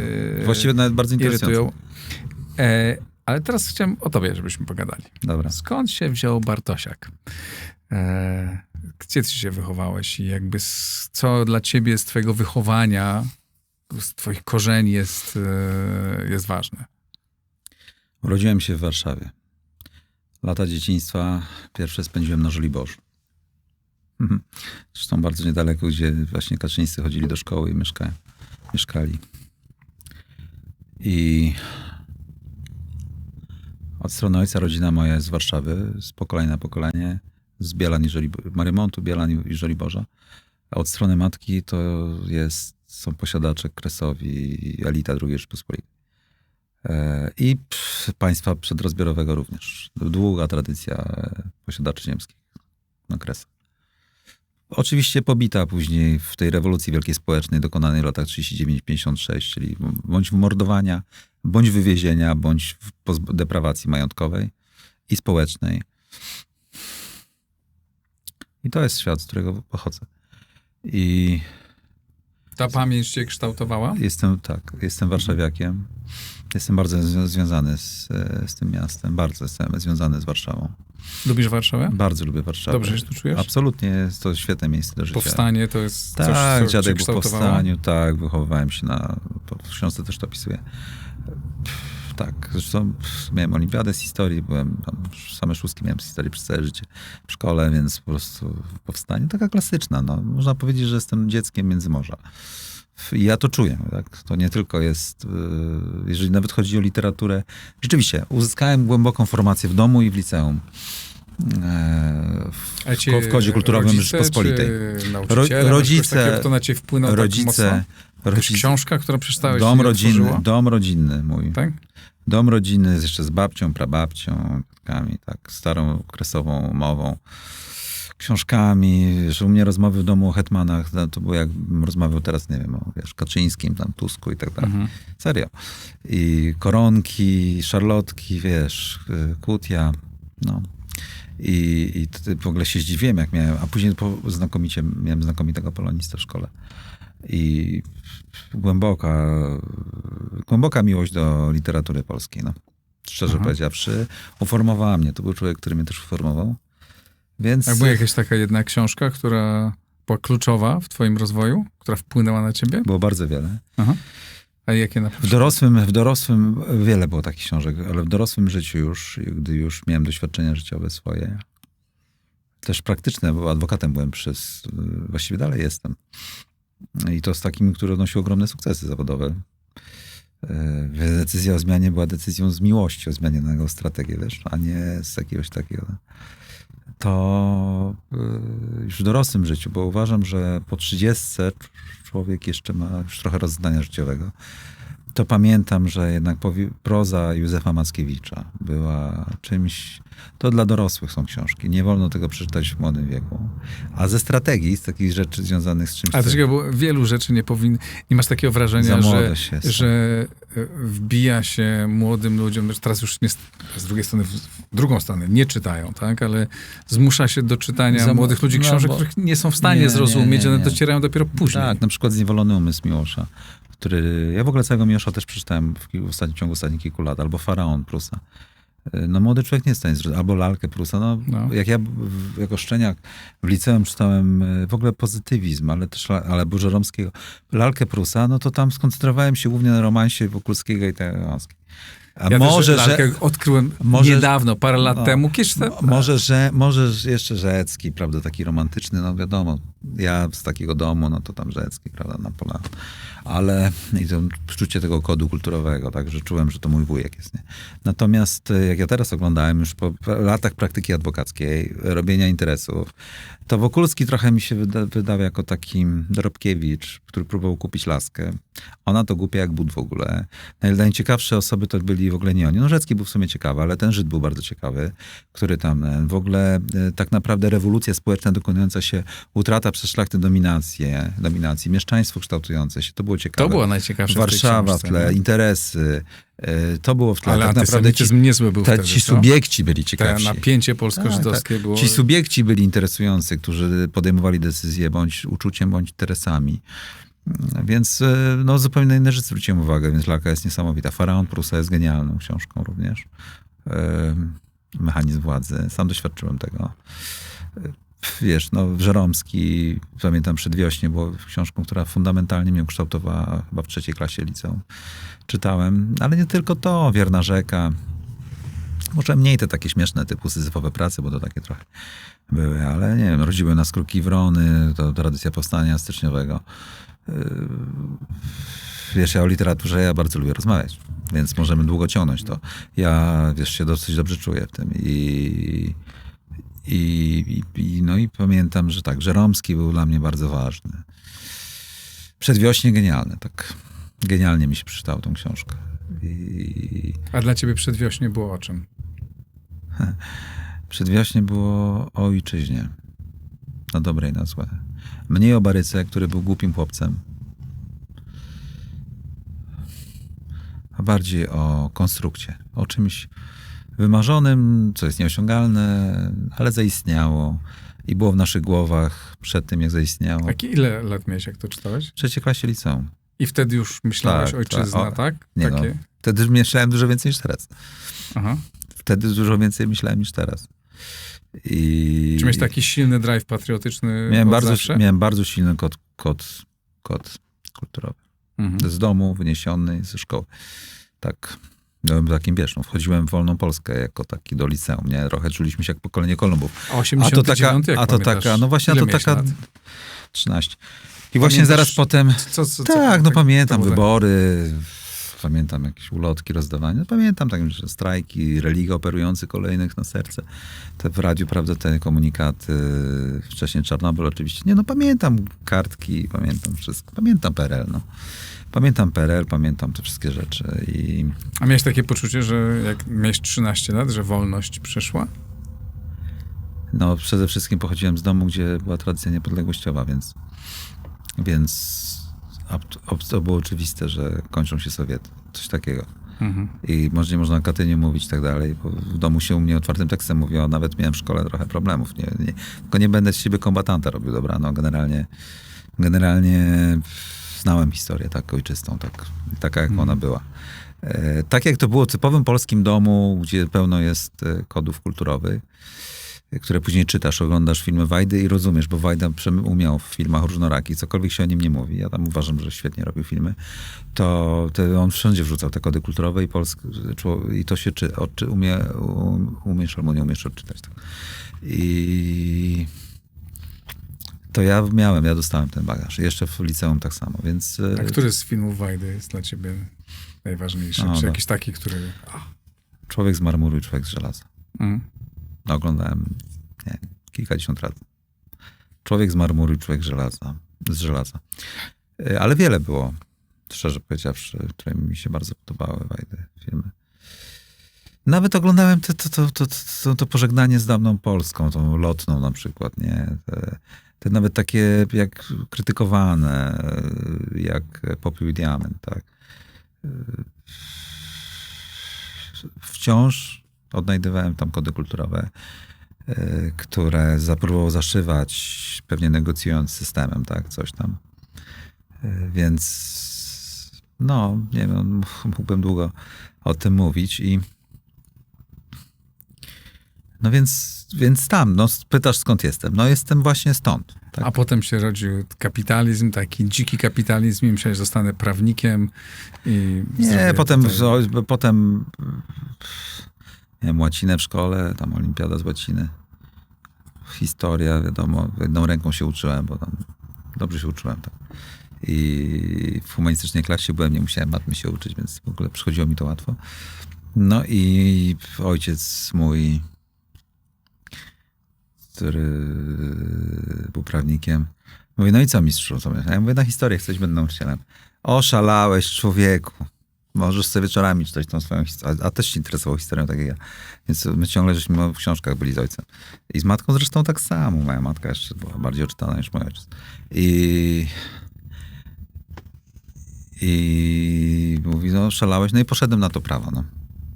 W ogóle nie mogłem się odnaleźć na Wydziale Prawa i Administracji. Natomiast mój ojciec bardzo szybko zaczął chorować na raka. Później chorował bardzo długo. I ja musiałem się utrzymywać, będąc nie tylko sam, na dziennych studiach na Wydziale Prawa, więc bardzo szybko życie mnie... studia bardzo były ciężkie, bo musiałem pracować normalnie i studiować na dziennych. Zacząłem szybko pracować jako prawnik. Później dosyć dobrze znałem angielski, więc byłem w amerykańskiej kancelarii, zacząłem pracować, dosyć dobrze zarabiać i Amerykanie mnie nauczyli zawodu potem de facto. I w ogóle sposobu funkcjonowania. Dlatego w książce opisuję, że są szokujące dla mnie te zachowania w polskich miejscach pracy. To są jakieś dramatyczne, po prostu niewydolne. I opisuję to trochę w książce. No i właściwie potem aplikacja adwokacka i zostałem adwokatem. Nie miałem szefa, więc byłem na swoim i tak dalej. No i przez kilkanaście lat. No i to taka historia, tak? I nigdy nie sądziłem, że będę pisał książki, albo się będę zajmował go strategią, wiesz? Także ja właściwie już miałem chyba 7 żyć. 7 żyć miałem. Co? Ja też tak, mam kilka, więc czuję, o czym mówisz. A ta geopolityka to właśnie pan Piotr Omejko, patron, pozdrawiam patrona. Pyta, jak zacząłeś się interesować geopolityką? I skąd pierwsze źródło? Jako prawnik zajmowałem się dużymi inwestycjami nieruchomościowymi, tak, w Polsce. I kiedyś zbliżał się ten kryzys Lehman Brothers, to znaczy w ogóle, no to, że czytałem, tam się interesowałem, ale jak się zbliżał kryzys... Bo ty jeszcze byłeś wtedy w 2008, byłeś w kancelarii, prawda? No nie, no prowadziłem jeszcze do Centralnego Portu Komunikacyjnego, czyli do 18-19 roku. I miałem z bankierami londyńskimi taką naradę. I oni mi powiedzieli, że nadchodzi cesarz wszystkich kryzysów. I generalnie rozwój Chin doprowadzi do wojny światowej. I generalnie czeka nas totalne rozpierducha. Ja mówię, panowie, i oni mi zaczęli tłumaczyć, nie? Jak żetony im wypadają z rąk, na czym polegają mechanizmy. Dokładnie to, co ja tutaj w Polsce powiadam, tylko to byli ludzie, którzy rządzą światem, tak? Mają pieniądze, są wykształceni, są w city, są w centrum, nie w peryferium, nie półperyferium, które przyjmuje polecenia, bo ma otwierać rynek jak brygady Mariota, tylko oni decydują o cyklach kapitałowych, tak? I powiedzieli mi dlaczego, na czym polegają. No tak rozmowa. Ja oczywiście nic wtedy prawie nie rozumiałem i strasznie mnie to, że ja w ogóle o co chodzi. A co ci powiedzieli takiego? Co I była miłość. poruszyło? I od tej pory ruszyłem. To jest coś takiego... A co ci takiego powiedzieli? Co No, że nadchodzi wojna. To znaczy, że będzie wielka transformacja systemu. A znaczy, że nadchodzi wojna Też powiedzieli, że z nadchodzi Chinami? wojna. Tak. Już Powiedzieli mi, że nadchodzi wojna. Mhm. Czy to mówili ci przy kryzysie tym finansowym? Tak, Lehman Brothers, tak. Mhm. Że to się skończy wojną światową. I wtedy zaczęło to kręcić. Absolutnie. To było coś takiego, wiesz, jak miłość od pierwszego wejrzenia. Ja głębokie poszukiwania w sobie. Literatura, ruszyłem na podbój wiedzy. To było, wiesz, jakbym się zakochał. Jakbym, wiesz, poznał kobietę i stracił głowę. To dokładnie tak się czułem. Tak było. I potem byłem już nie do zatrzymania. I do tej pory tak jest. Byłem nie do zatrzymania później z tym. To żądza wiedzy, pogłębiania. Nic nie wiedziałem wtedy. A wydawał mi się oczytanym człowiekiem. Absolutnie nic nie wiedziałem wtedy. Co zaczynało? Na temat mechanizmów. To mnie też pytał, co jakby taka książka pierwsza, czy jakaś taka rzecz, która była ważna? Mackinder, oczywiście. Geopolityczny pivot historii. Zacząłem prenumerować z Friedmana i on tam powiedział, że trzeba zacząć zawsze od Mackindera. Napisał taki tekst, od czego się zaczyna. Zawsze anglosasi zawsze zaczynają od Mackindera, potem jest Spikeman i tak dalej. Ja po prostu przeszedłem przez to wszystko. No i ktoś ci zaproponował ten Mackinder, jak cepek się czyta, i myślałeś, że co, będziesz tu wpłyniesz, zbudujesz coś, co nie, co no wcześniej były. geopolitykę lokalną? Zresztą nie, no to nie przed CPK-iem już było tak, że wiesz, że już miałem kontakt z wieżą gigantycznym, w tym byłem na posiedzeniu rządu. Z tłumaczeniem, na czym polega nowy jedwabny szlak, tak? Na jakim posiedzeniu rządu? Rządu, no. Ale którego? RP, naszego. Ale którego? Za premiera Morawieckiego. I z mapą i centralnie wobec ministrów prezydentowych. To było grubo przed Centralnym Portem Komunikacyjnym. To było przed wizytą Xi Jinpinga, gdzie była interwencja amerykańska, żeby nie podpisywać. No i tu się już działo. Żeby nie podpisywać czego? Różnych rzeczy z Chińczykami. Mhm. No i co z tym cepekiem nie poszło? Państwo polskie jest niewydolne, Igorze. Na takie rzeczy, które wymagają... Bo Centralny Port Komunikacyjny w zamyśle twórców był czymś... To nie była durna budowa lotniska, tylko to było koło zamachowe zmiany naszego statusu z półperyferyjnego na niepółperyferyjny wraz ze wszystkim, co się z tym wiąże. I do tego potrzebny był potężny patron polityczny, który usuwa przeszkody, ludzie, którzy są nieprzypadkowi, wielka determinacja, pieniądze i tak dalej. No. Ale to i twoim zdaniem nie powstanie? Moim zdaniem idzie, nie? Znaczy nie trudno mi ocenić. Nie wiem, powstanie pewnie, tylko wiesz, jeszcze raz powtórzę, że przy budowie Centralnego Portu Komunikacyjnego nie chodzi o wylanie betonu i żeby było lotnisko, tylko żeby w procesie tym stworzyć koło zamachowe polskiej gospodarki na innych zasadach marżowości, innych regułach gry wobec innych graczy w systemie. Czyli wobec Niemców. Chodzi o zbudowanie całej sieci połączeń kolejowych i tych drobnych rzeczy, które pozwalają Polakom lepiej funkcjonować i polskiej gospodarce lepiej funkcjonować. Też, ale przy okazji trzeba skoczyć do przodu. Trzeba zrobić skok do przodu poprzez i skomunikowanie z światem. Zresztą były ambicje, mieliśmy skomunikować się, wiesz, z Lwowem i innymi miejscami, tak. Co tam ciekawego się takiego zdarzyło zapamiętałeś z tamtego okresu pracy w CPK-u? No, ruszyliśmy, z Centralnym Portem, tak. Wtedy się czytało. Jak patrzyłeś na państwo, to co zobacz? Jaką Polskę widziałeś stamtąd? Mówię o państwie. Penetracja zewnętrzna. Co to znaczy? Przepuszczalność zewnętrzna całkowita, tak? Ale co to wobec znaczy? zewnętrznych źródeł siły. No to, że ci na zewnątrz mieli wpływ na to, co się dzieje. Ci, czyli którzy? No Amerykanie na przykład, tak. A najpierw mieli wpływ na co? No na to, co my tam robimy. Chcieli mieć, tak? Bo czuli, że zagrożenie, że my z Chińczykami będziemy chcieli, tak? Mhm. No. A propos tego, że mówisz, że nie istnieje jego polityka i nie tłumaczy. Ale nie mówię, że nie istnieje. Bezwzględnie przewidywaliśmy wszystkie ruchy Amerykanów. Mało tego, zrobiliśmy pewne środki zaradcze, które zadziałały. Ale to kiedyś jeszcze o tym pogadamy. Na takie akcje. Kiedyś jeszcze będzie oddzielny, mam nadzieję, będzie wspominany Centralny Port, to pogadamy o tym. I tu się przydały moje kontakty w Waszyngtonie, w Pentagonie. Tak. I to a propos rzekomo, że jestem niby mitomanem, bo takie zarzuty też niektórzy wymyślają. Nie wiadomo skąd, bo rozumiem, że zawodowcy się zajmują czym innym, prawda? Nie. Taka polskie śmieszne. Tak. I skutecznie Amerykanów skutecznie skalibrowali pod Centralny Port Komunikacyjny, a byli przeciwni temu na początku. I to jest niezaprzeczalna różnica, tak? Niezaprzeczalna różnica. Bo oczywiście wiesz, że Polacy donoszą na innych Polaków przede wszystkim i latają do obcych ambasad. Po to, żeby wywrzeć presję. To jest gra statusowa, którą opisuję w rozdziale 1 książki. I myśmy Arebur rozegrali tą sytuację. Dobrze, to pogadajmy o tym, co nazwałeś grą statusową, bo nazywasz to tak, jak ty lubisz, takimi specjalnymi słowami. I nazwijmy to taka, walka o wpływy, opisujesz Ja tam... wiem, tylko w państwie polskim, wiesz co? Opisujesz tam o tym, jak ludzie się ustawiają na dworze Jarosława Kaczyńskiego i wpuszczają, nie wpuszczają, jak budują swoją pozycję No gdyby chociaż jeszcze dzięki niemu. Tak, ale gdyby, wiesz... Ale to jest normalne, no tak to jest. Tak Prawda? uważasz? A ma to Znaczy, wspólnego... ja nie uważam, że to jest dobre, tylko tak... To po co mamy te wszystkie instytucje To państwa? jest. Powiedz mi, Igorze, to po co mamy wszystkie instytucje państwa, które utrzymujesz? Ale ja się z tobą zgadzam. W krytyce tego, to ja się z tobą absolutnie zgadzam. Znaczy, ty opis w tej pierwszej części, na ile ją pamiętam, książka ma 500 stron, tego przypominam, bo o tej książce mówimy. Najlepsze miejsce na świecie. Opisujesz to jak nie działają procedury w Polsce. No, jak instytucje, decyzje nie są podejmowane Jest jeszcze gorzej. w porządku instytucjonalnym, tylko w takim porządku nieformalnym. Ale nawet jest jeszcze gorzej. W jednym gabineciku niedaleko stąd, bo my jesteśmy blisko Nowogrodzkiej. Bo gdyby nawet jeszcze były i był ten w sumie starszy pan, był w stanie wyegzekwować potem od dworu wyegzekwowanie tej decyzji.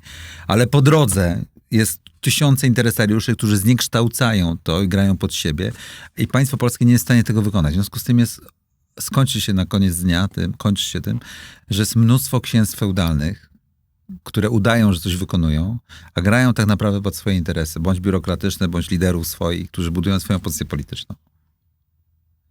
Witamy w ojczyźnie. Niestety tu nie wejdę z tobą w cień polemiki, bo też tak to widzę. Tak, ale robią to za twoje i moje pieniądze. Wiem. I jest jeszcze gorzej. Uważają, że to są ich. Bo oni są w wieży i oni tym dysponują. I wiesz, i budują swoją pozycję polityczną za twoje i moje, a tego nawet nie czują, że to jest twoje i moje. To prawda, ale też nie mam poczucia, żeby 10 lat temu było inaczej. Mam wrażenie, że to się niewiele Więc musimy sobie zmieniło ani w jedną, ani w drugą stronę, tylko kiedyś byli tamci, a teraz są ci. Więc musimy odpowiedzieć... Tak, ja nie mówię, że to jest obecna władza. Moich doświadczeń ja już miałem jako zajmując się polityką z poprzednią ekipą, było tak samo. Jest to paradygmat, który funkcjonuje w Polsce i uważają, że to jest normalne, że to jest fajne. Tak uważają, że tak w ogóle to działa, że tak wygląda grawitacja. Tłumaczyli mi to wiele razy politycy. Co ty, Jacek, opowiadasz? Ty jesteś w ogóle nieracjonalny, mi tłumaczono. To jest normalne, tak działa grawitacja. No to chcę powiedzieć, społeczeństwu naszemu ostatnich 30 lat, które w prywatnym sektorze dźwiga to całe państwo na swoich plecach, że tak o was uważają. Że to jest normalne.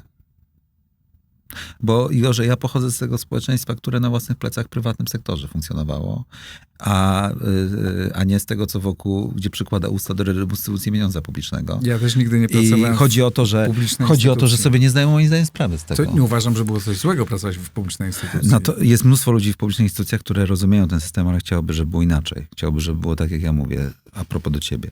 Żeby to było oparte o merytokrację. Natomiast co chcę powiedzieć?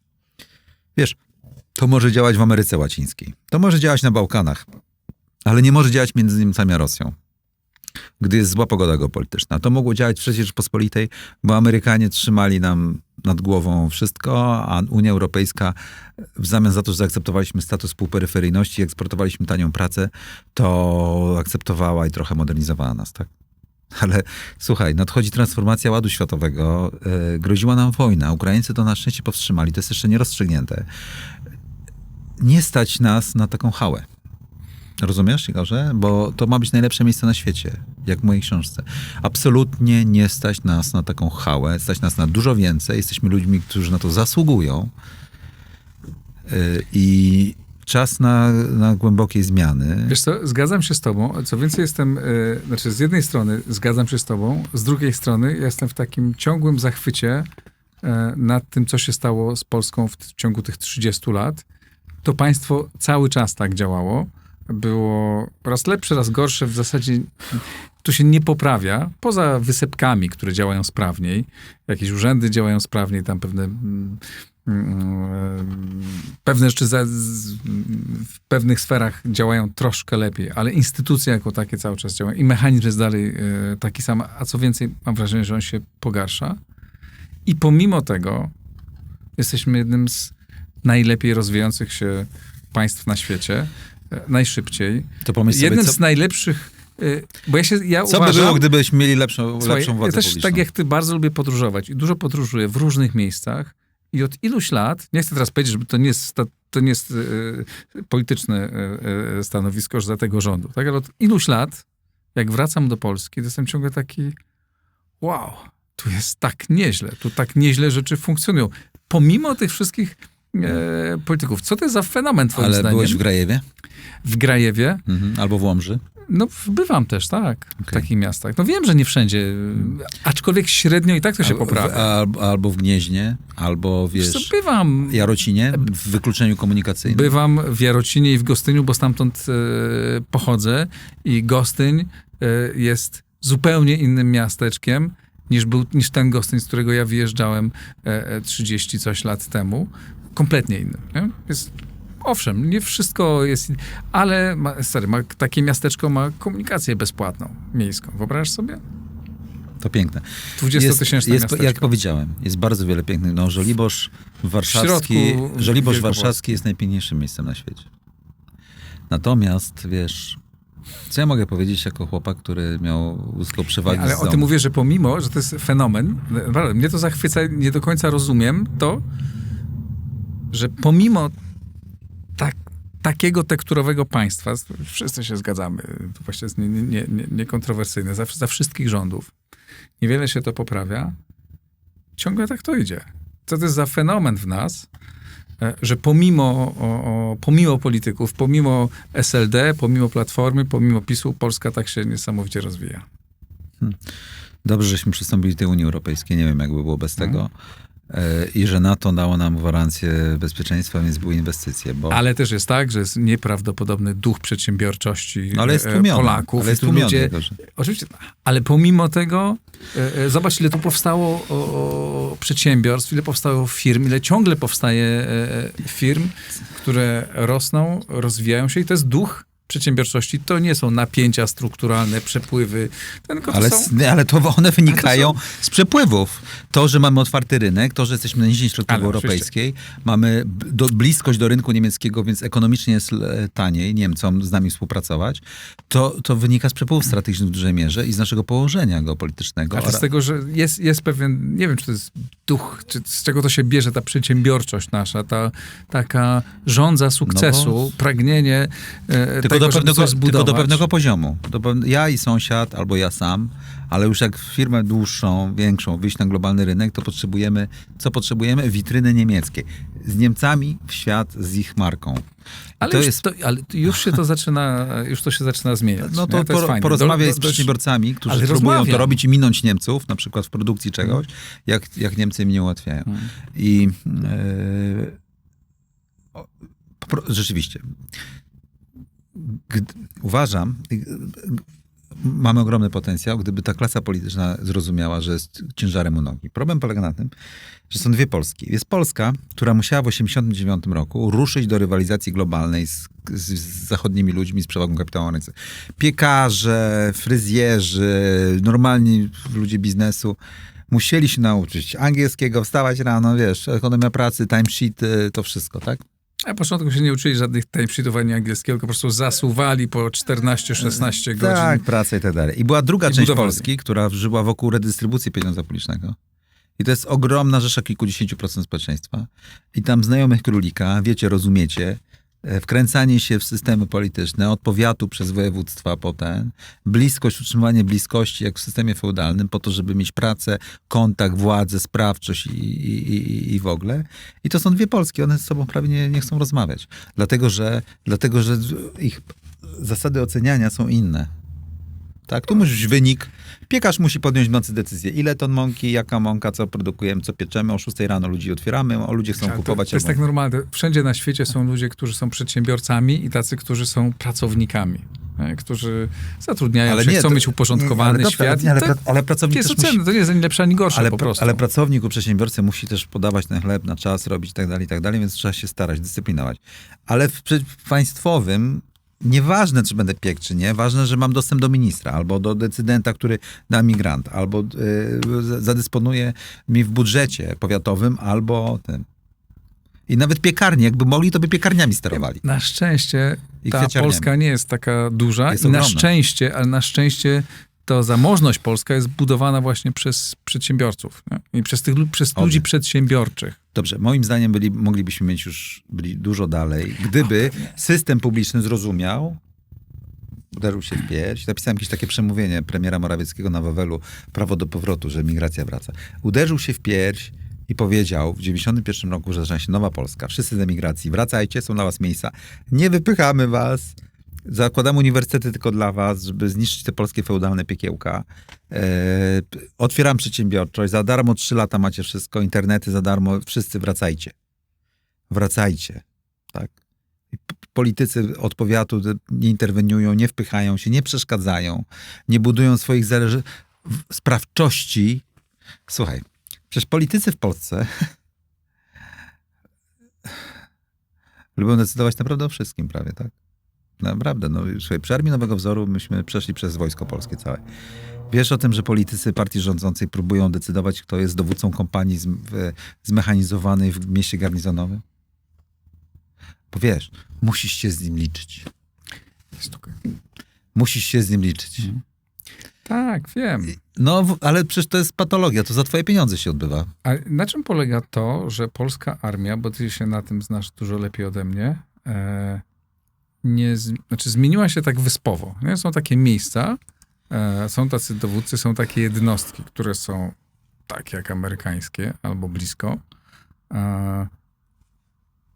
Ale to są takie wyspy polskiego wojska. Oprócz tego jest jakaś dalej ciągle przerośnięta administracja, słabo funkcjonująca, brak tej całej sfery analitycznej, o której chciałbym też z tobą pogadać, o tym, jak te przetargi się odbywają. Znaczy, jak się odbywają raczej podejmowanie decyzji o tym, że kupujemy to czy tamto. Na czym to polega, że jakby w niektórych miejscach daje się świetnie to zmieniać, a w niektórych widzimy lata 90. czy 80. Na ludziach. Na ludziach. Dlatego, że się wszystko, a propos mojej rzekomej geopolityki i determinizmu, że w takich sprawach wszystko zaczyna się i kończy na ludziach. Igorze. I na tym, że nie dokonaliśmy dużej wymiany. Nie chcę odpowiadać, jak było w latach 90. A ja akurat tutaj mam dosyć jednoznaczny pogląd, wiesz? Wydaje mi się, że było to, plus wokół obiadu Drawskiego politycy pomyśleli sobie, że robią skok na władzę nad zakupami dla wojska, bo wtedy jeszcze sztab generalny musiał się podpisywać pod zamówieniami. To były duże pieniądze, zatem władza, wpływy, wiesz, wydatki publiczne, to ja rządzę, bo ja wydaję, moi ludzie się ustawiają pode mnie w wyborach partyjnych. Wojska i tak miało nie być potrzebne, więc to było takie zarządzanie jakimś masą upadłościową plus dużą redystrybucją. Bo się skończyła historia, nie wiem czy pamiętasz, że historia się skończyła, już miało nie być wojen. No, redystrybucją pieniądza publicznego, no plus mentalność polska. Darcie ryja, brak kultury tak zwanego debriefingu, bardzo charakterystyczna niestety dla Polaków. To znaczy, wiesz... Co to znaczy kultura debriefingu? Ja się z tobą spotykam, Igorze, na przykład po locie samolotem. Albo dobra, no, ty jesteś dowódcą kompanii czołgów, a ja jestem dowódcą jednego czołgu.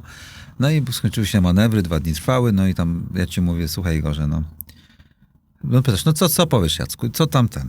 Jakie plusy, minusy? Ja powiem, słuchaj, spieprzyłem to, właściwie prawie zużyłem silnik, bo źle rozegrałem to i wpiszmy to do manuala na przyszłość, żeby tego nie robić.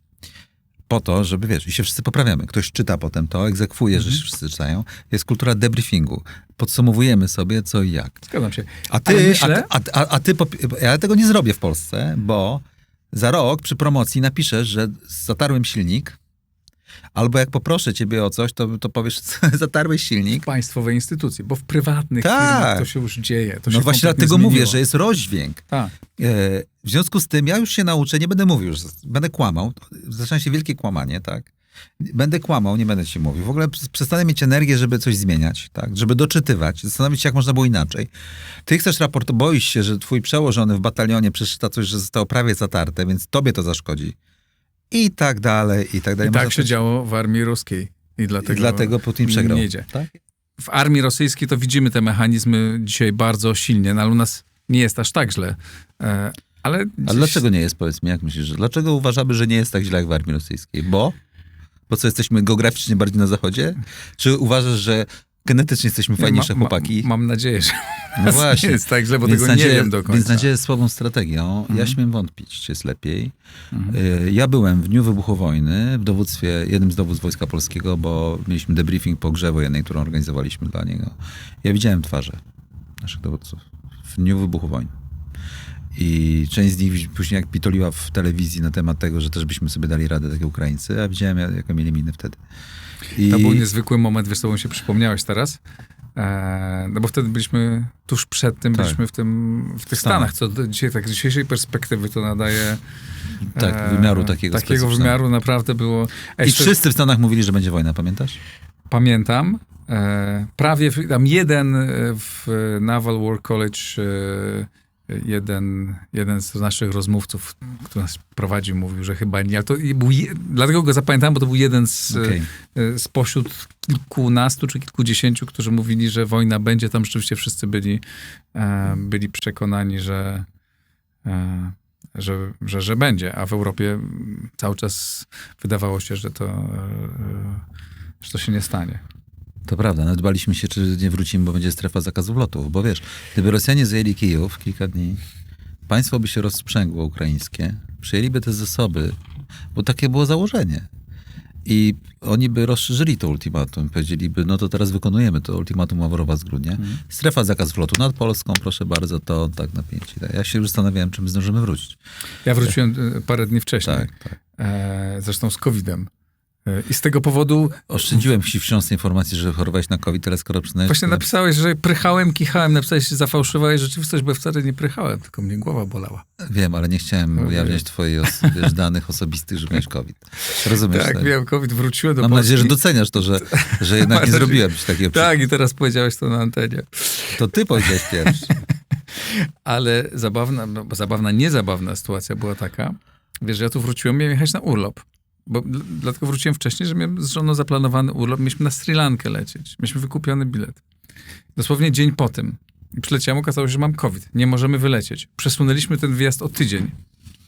Mieliśmy lecieć 24 lutego o godzinie 15:50. Mieliśmy samolot do Colombo. I to pamiętam. I rano się obudziliśmy. Okazało się, że poprzedniego dnia poszedłem zbadać sobie test, bo wtedy jeszcze nie można było lecieć. Miałem taki leciutki ten COVID. I okazało się, że już nie mam. Jestem zdrowy. I potem cieszyliśmy się jak dzieci, że polecimy na wakacje w końcu, bo tam dawno nie byliśmy na wakacjach. I rano zbudziłem się, tu plecaki stoją zapakowane i rano okazało się, że jest wojna. To pewnie wszyscy pamiętamy. No ja nie spałem już w tej nocy właściwie, bo wyglądało na to, że będzie wojna w nocy i potem miałem tą odprawę tu poza Warszawą i nawet się zastanawiałem, czy będzie ta odprawa, ale stary, czyli dowódca podjął decyzję, że będzie odprawa i tak to było. Ja zresztą w książce opisuję ten dzień. Byliśmy bardzo blisko wojny, Igorze, wiesz, bo gdyby Ukraińcy padli, to Rosjanie by egzekwowali na nas. I naprawdę to nasze wojsko nie było gotowe na coś takiego. Pytanie, czy będzie. Podejście pod Warszawę było łatwiejsze niż pod Kijów. Chciałem o to cię zapytać. W tej chwili władza podejmuje błyskawiczne decyzje o gigantycznych zakupach. Nikt nie jest w stanie zweryfikować, czy potrzebujemy 500 HIMARS-ów, czy 220, czy 380. Może ty masz na ten temat jakąś wiedzę, ale nie spotkałem nikogo, kto by mi powiedział, czy to tyle trzeba.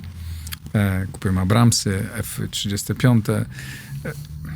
intuicyjnie, jak mi ktoś pyta, mówi, że oni przesadzają, że może to są nietrafne zakupy, ja mówię, jesteśmy w takiej sytuacji, że nawet jak się pomylimy o 30%, to lepiej to robić dzisiaj. I ja się cieszę, że takie decyzje są podejmowane, bo boję się, że mogły być w ogóle nie podejmowane, że dalej mogło być tak samo, tak? Że będziemy się zachować tak jak Niemcy i mówić, że cały ten wędę zwiększamy, ale nie zwiększamy, zwiększamy.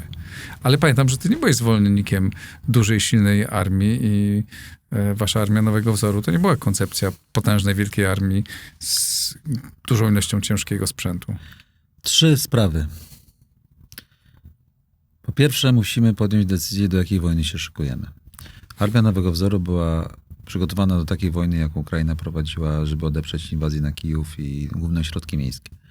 I to była armia, i jednocześnie, żeby uruchomić system natowski. Więc nie mogła być to wojna ofensywna, ani w ramach strategii aktywnej obrony, gdzie przewiduje się pewne działania ofensywne na terytorium Białorusi, obwodu kaliningradzkiego.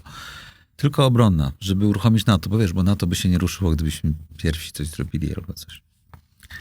No i jak wykorzystać teatr operacyjny, żeby ten... I moim zdaniem pod Kijowem to się sprawdziło. Tak? Był też ciężki komponent, były odwody. Odsyłam do darmowego raportu, który wisi na stronie. To też a propos memów. Ludzie nie czytają, nie oglądają. Bardzo szczegółowe, tam jest bardzo szczegółowo określone, jak powinny być używane czołgi. Mało tego, wojna ukraińska udowodniła tezę o dronach, o systemie świadomości sytuacyjnej, o znaczeniu kosmosu z armii nowego wzoru i o również w jaki sposób się używa czołgów na XXI-wiecznym polu walki. I tak dokładnie było. To tak a propos jeszcze, my spokojnie, historia zweryfikuje nas, że mieliśmy rację pod tym względem. Problem polega na tym, że Polska nie ma demografii na wystawienie 300-tysięcznej armii, chyba żeby złamała wiele rzeczy. W tym gospodarkę swoją i no nie mamy takich, tak.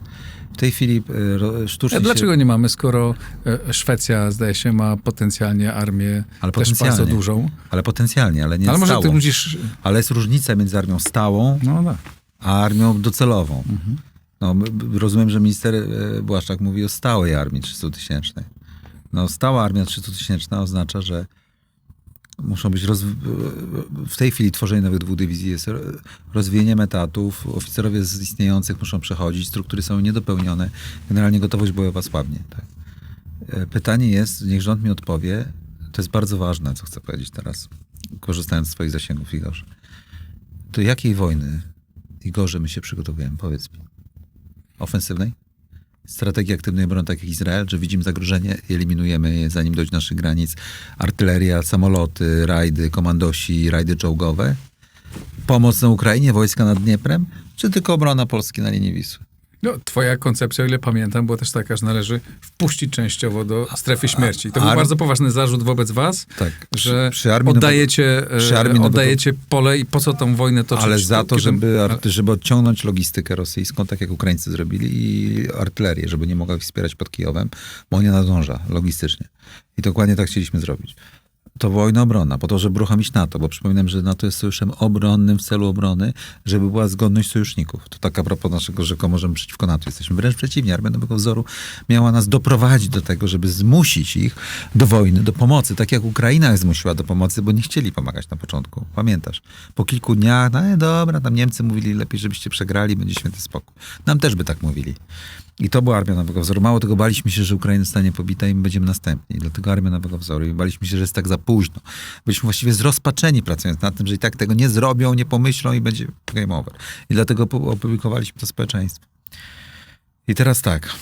To jest jedna koncepcja. Oczywiście wojna na Ukrainie zmieliła armię lądową wojsk Federacji Rosyjskiej, więc mamy szansę na to, żeby rozegrać wielką strategię Międzymorza. Czyli zbudować tutaj system powstrzymania Rosji i dobić Rosję, podzielić, w ogóle dobić Rosję. A zatem oraz Bucza i inne miejsca udowodniły, że Rosjanie mordują tamtego i da się pokonać ich nie na swoim terytorium, tylko nie wpuścić ich w ogóle, bo mają słabsze wojska lądowe niż mieli przed operacją kijowską. No i wówczas pojawia się potencjał strategii aktywnej obrony, że możemy oddziaływać na Białoruś, na obwód kaliningradzki. I widać po Kaczyńskim, który w ogóle czyta nas, że chyba mu się to podoba. Ale nie to, że, nawet nie chodzi o to, że sugeruje, że od nas to przejął, tylko widocznie gdzieś tam sobie pomyśleli albo chaotycznie kupują i to tak wygląda z zakupów, że oni chcą strategii aktywnej obrony. No ale tutaj powstaną problemy. Po pierwsze jest to inne wojsko niż obronna wojna, jest inna logistyka, inne szkolenie, inaczej lotnictwo musi być inne, inaczej skonstruowane. No inaczej, tak. No i chciałbym zobaczyć dokument, do czego my się szykujemy. Strategię wojskową. I ona nie powinna być tajna, ona powinna być jawna, tak jak jest w normalnych państwach. Jest jawna. Do czego wojsko jest nam potrzebne? A zatem czy do interwencji w Międzymorzu? Do pomocy w sojuszu Ukraińcom? Bo na to by wskazywałyby te decyzje zakupowe. A może w ogóle ofensywne wojska, tak jak Amerykanie mają, że daleko, do bramy smoleńskiej, na Dniepr, wiesz, wtedy mamy wielkie zagony czołgów, wielką logistykę, wielkie liczby, rezerwy. I tak ale dalej. zdaje się, tak, otóż to wygląda. Mamy mieć gigantyczną, mamy być potęgą czołgową, potęgą artyleryjską. Słuchaj, ja nie uzyskałem odpowiedzi od ministra, ani pańskie społeczeństwo nie uzyskało, do której z tych koncepcji. Są zupełnie inne koncepcje. Mało tego. Zwróć uwagę, że napisałem książkę o kosmosie. Tak? Robiłem ją nie bez przyczyny, bo wchodzi rywalizacja kosmiczna, zdolności kosmiczne decydują o świadomości sytuacyjnej. No i Ukraińcy, widzisz, mają Starlinka, widzą, co się dzieje, komunikują się dzięki temu. Dlaczego my tego nie robimy? Bo wiesz, zamiast myśleć o tych efektorach, to trzeba stworzyć własny system świadomości sytuacyjnej najpierw. Ustalić do jakiej wojny, bo inaczej on będzie wyglądał wojny obronnej, inaczej ofensywnej. I potem efektory. Tłumaczę trochę ministra Błaszczaka tym, że wiesz, że nie ma dużo czołgów na rynku, więc musiał kupować, co było. I to okej, te czołgi, tak? Tylko błagam, żeby szkolili się ci czołgiści w nowoczesnej bitwie czołgowej, gdzie nie jadą frontalnym atakiem, gdzie właściwie, zwłaszcza w 18 dywizji, która jest formowana, używane są te Abramsy, żeby wykorzystać je najlepsze strony, a nie najgorsze. Żeby były drony, żeby była świadomość sytuacji, żeby nie Amerykanie decydowali, w co strzelamy. Żeby mieć własny, skoro od Koreańczyków kupujemy, żeby naprawdę budować własny system, a nie amerykański. Bo Amerykanie będą decydowali o tej wojnie. A nadchodzą takie czasy, że Amerykanie mogą być zajęci na Pacyfiku. I wiesz, nie będzie śrubek. To nie chodzi, że Amerykanie będą sterowali, tylko to też, ale nie będzie paliwa, śrubek, gąsienic, bo będą tam, tak? No, to jest taki problem, nie? Że musimy z jednej, bo taki mamy dylemat. Przed takim dylematem stoimy, jak rozumiem. No, dobrze byłoby budować zdolności polskiego przemysłu i dobrze było ten sprzęt tutaj nie da się coraz oczywiście bardziej polonizować, tak. Ale z drugiej strony nie ma na to czasu, bo nie stworzymy możliwości dla przemysłu moim zdaniem rząd szykuje się do pierdyszki. Tworzenia takiej produkcji. Moim zdaniem rząd szykuje się do pierdyszki, czyli że zakłada, że będzie jakiś rozejm krzywy na Ukrainie.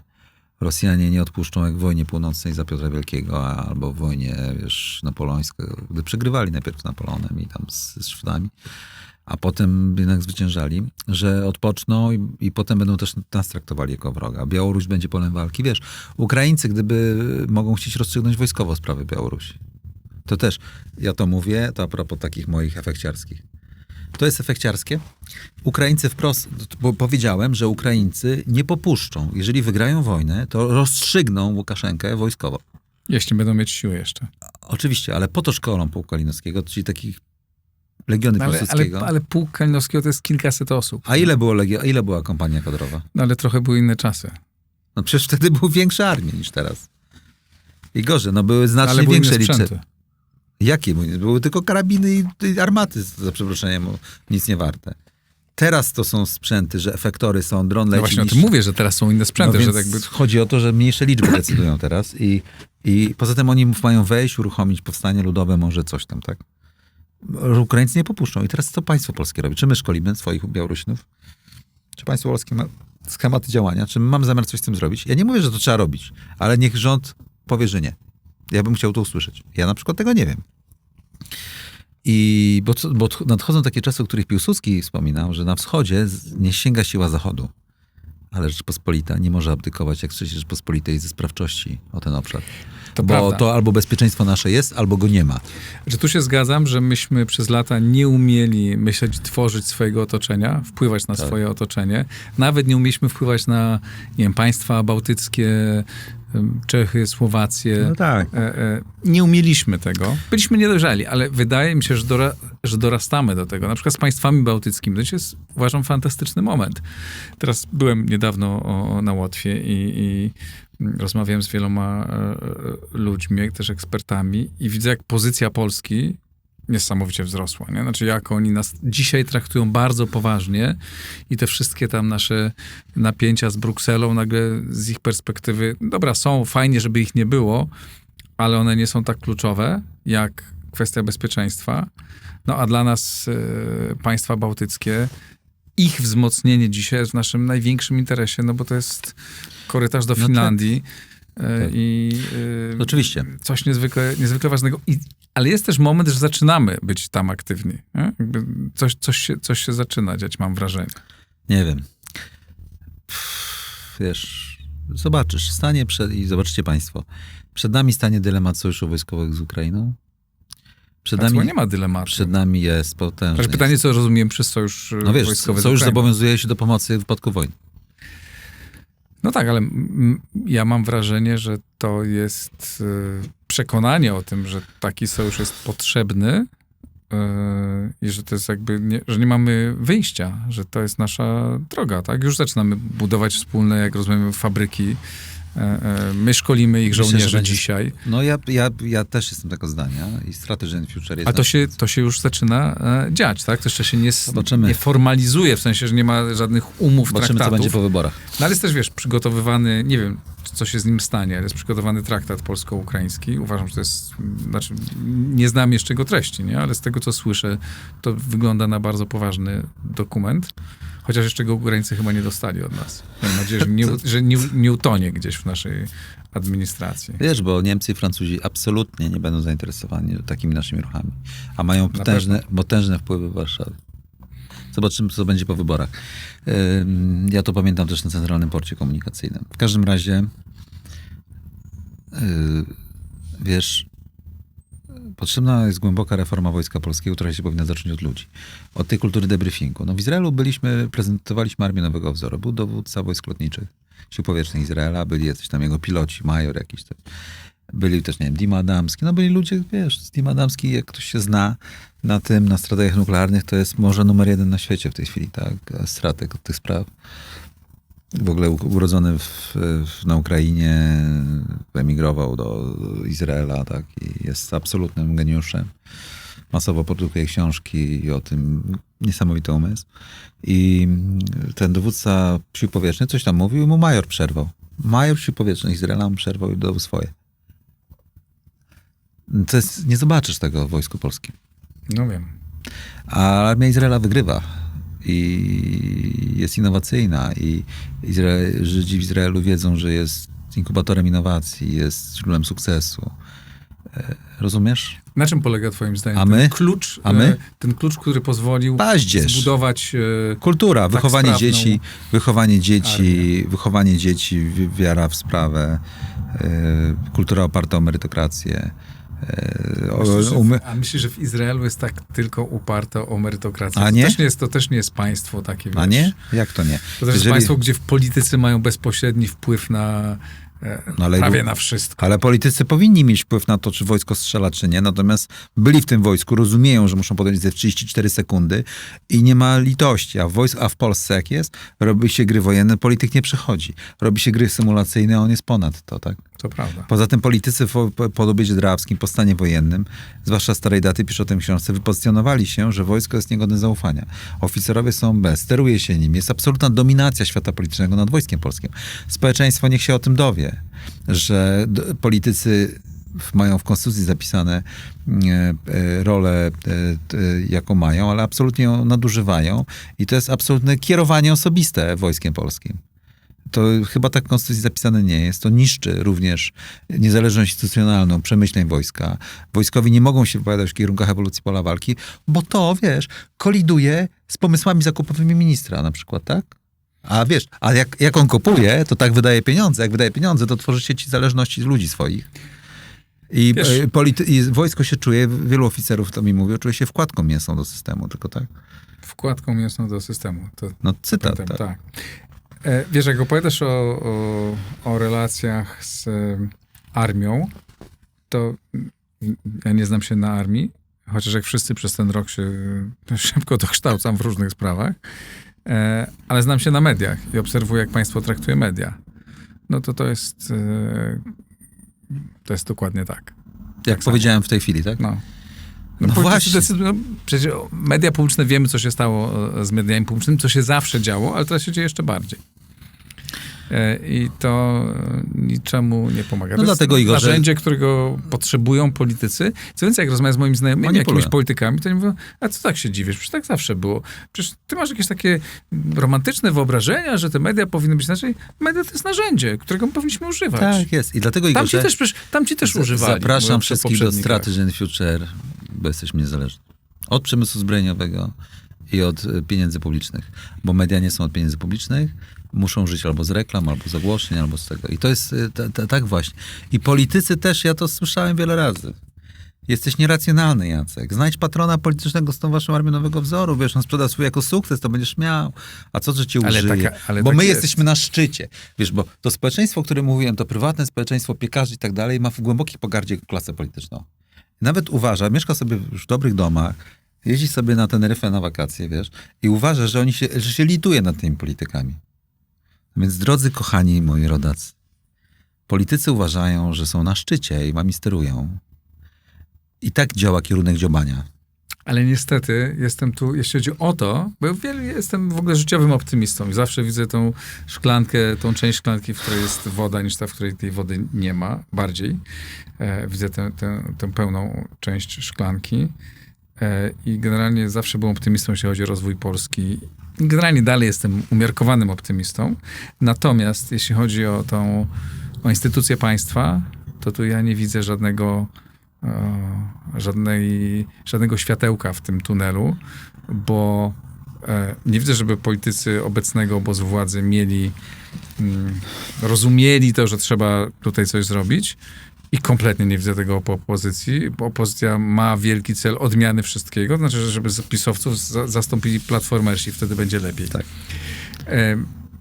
Nie czuję, żeby szło jakiś świeży wiatr pod tym Podzielam. względem i wydaje mi się, że jakby to wszystko jedno, czy będą jedni, czy drudzy, Tak to jest, brawo. owszem, że jedni będą bardziej skłonni do tego, można ufać bardziej tym, w tym, a w tym innym. System Natomiast tak. co do systemu, nie widzę, być może ta zmiana przyjdzie, bo też jest tak, to nie jestem kompletnym pesymistą, przyjdzie taki moment, kiedy powieje wiatr, kiedy się pojawi ktoś, ale na razie nie ma kogoś takiego i nie czuję tego wiatru, bo też sytuacja wojenna, takiego napięcia nie sprzyja temu. Całkowicie podzielam twój pogląd.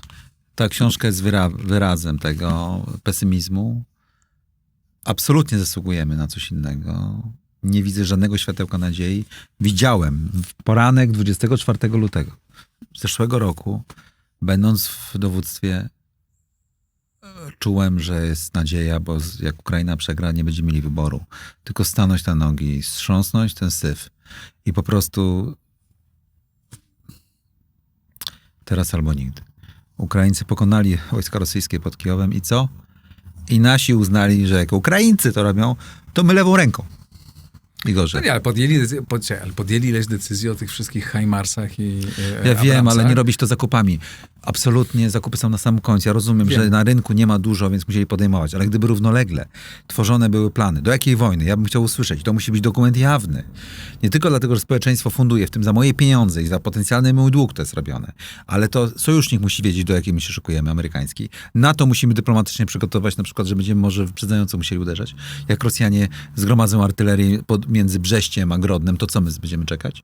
Zwłaszcza jak się, wiesz, system rozszczelni się, bo architektura bezpieczeństwa już została złamana. Rosjanie złamali architekturę, więc tu nie ma co się pieścić już, tak? Chiny wchodzą do gry. Słuchaj, nagrywamy to w dniu, gdy Xi Jinping wylądował w Moskwie. Tu się dzieją historyczne rzeczy, tak? I Niemcy muszą wiedzieć, muszą być decyzje, wojsko musi to czuć, tak? Społeczeństwo musi czuć, że jest zmiana. Musi być jakieś wielkie przemówienie. My napisaliśmy jakieś takie przemówienie udawane, bo my symulujemy takie przemówienie strategiczne, że premier Morawiecki... Premier Morawiecki wychodzi i mówi, że armia nowego wzoru i będzie nowy człowiek. Tak? Będzie teraz merytokracja tam. Później napisaliśmy teraz niedawno, że Kaczyński to samo mówi. Żeby gotowca, wiesz, że przekleił sobie i coś później stanął w Belwederze i przeczytał nasze przemówienie, tak? No nie, ja widzę, że przemyca czasami słowa takie, tu już tam coś o drabinie eskalacyjnej coś wspomniało i widać, że jak gdyby pojętnie to się odbywa, tak? Ale centralnie, wiesz, no... jeszcze tu lekka polemika, czy może, nie wiem, czy polemika. jeśli chodzi o państwo wewnątrz, to nie widzę żadnego zdrowego trendu, ani żadnej nadziei na jakiś świeży wiatr. Natomiast jeśli chodzi o pozycję Polski międzynarodową, to wydaje mi się, że mamy te 5 minut, do którego mamy potencjał do tego, żeby coś zmienić. Bo co się zmieniło? Pozwól mi powiedzieć, że staliśmy się państwem o znacznie większej wadze ekonomicznej niż byliśmy 15 lat temu, kiedy po prostu byliśmy biedakiem wchodzącym do Unii i nie mieliśmy czym grać. Dzisiaj już mamy znacznie większą wagę a sytuacja wojenna, znaczy to, że staliśmy się tym, jak to powiedział mi jeden ze znajomych ludzi z kręgu władzy, że o Rzeszowie mówili Rzeszawar, tak, Peszawar, tak, że stało się takim miejscem kluczowym, bo stało się. Tak. Rzeczywiście Jasionka się stała bardzo ważnym, kluczowym miejscem i pozostanie nim na bardzo długo. Znaczy na bardzo długo, na jakiś czas na pewno. Ale chodzi, żebyśmy nie stali się Pakistanem, właśnie tylko RFN-em. Ja wiem. I właśnie tak, tu bardzo zgadzam się z tą przenośnią, tak, żebyśmy się stali RFN-em, ale moim zdaniem szanse na to, że możemy stać się RFN-em rosną, między innymi dlatego, że podejmujemy może takie zawadiackie, może nie do końca przemyślane decyzje o zakupie tych Hajmarsów, Abramsów i F-35 i innych poważnych gadżetów, ale one nas bardzo wzmocnią. I teraz pytanie tylko, czy będziemy umieli w Europie i w NATO i z Ukrainą mądrze grać. Bo mamy potencjał do tej gry, którego nie mieliśmy jakiś czas temu. Tak, najlepsze szanse od 300 lat, od Wielkiej Wojny Północnej za czasów saskich. Od końca panowania Sobieskiego, tak? Jego śmierci. Hetmana, a później króla Polski. Ale musimy, po drodze czeka nas konfrontacja z Niemcami.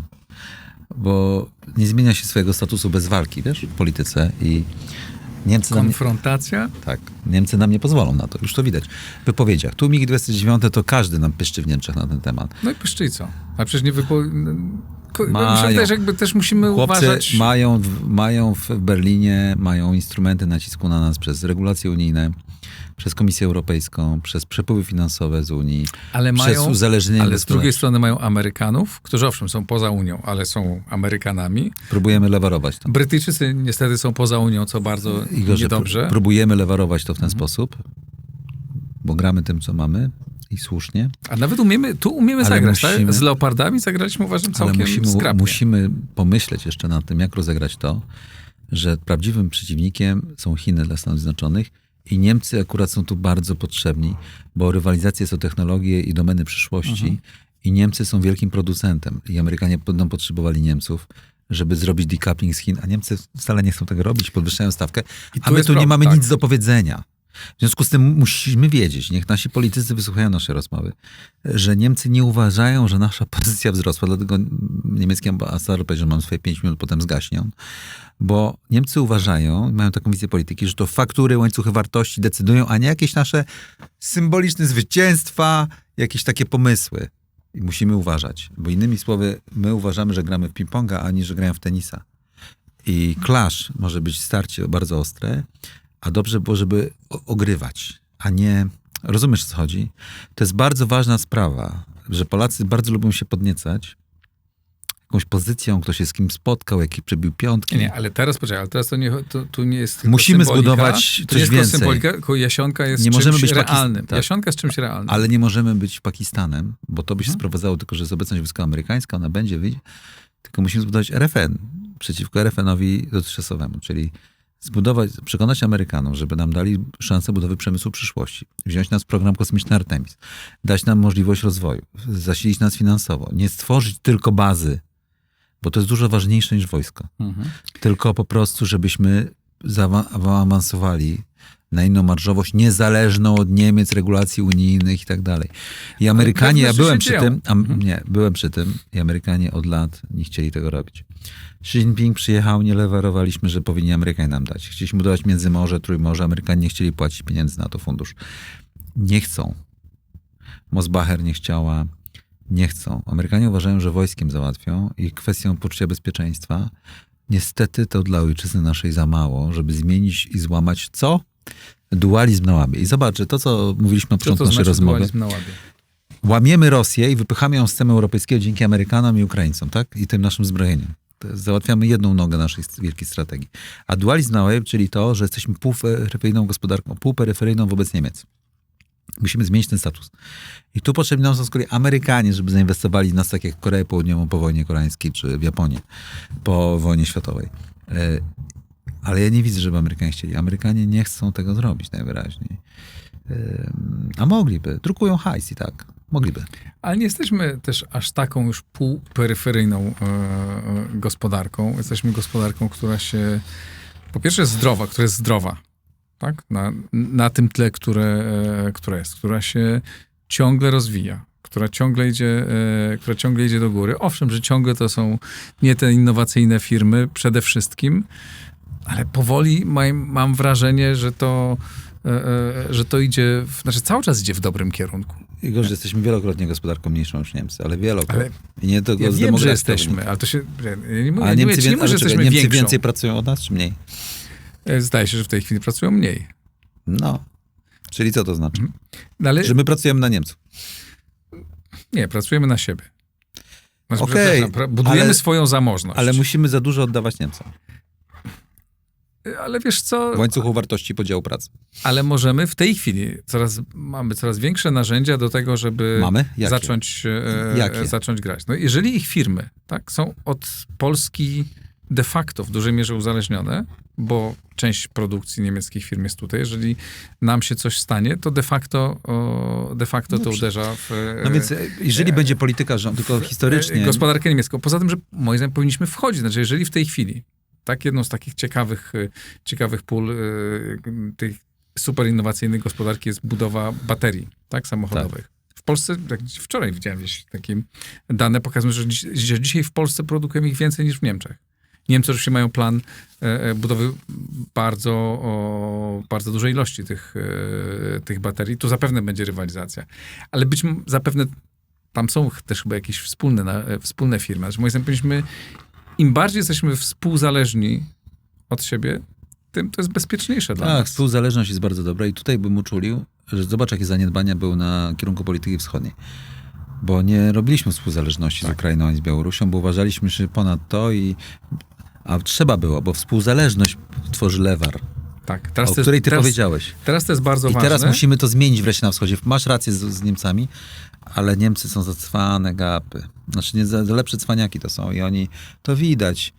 Oni wiedzą, na co tworzy prawdziwy lewar i nie chcą sobie zabrać. Wiesz, porozmawiaj z jakimiś budowlańcami, którzy mają wielkie firmy budowlane i próbowali wygrywać kontrakty w Niemczech.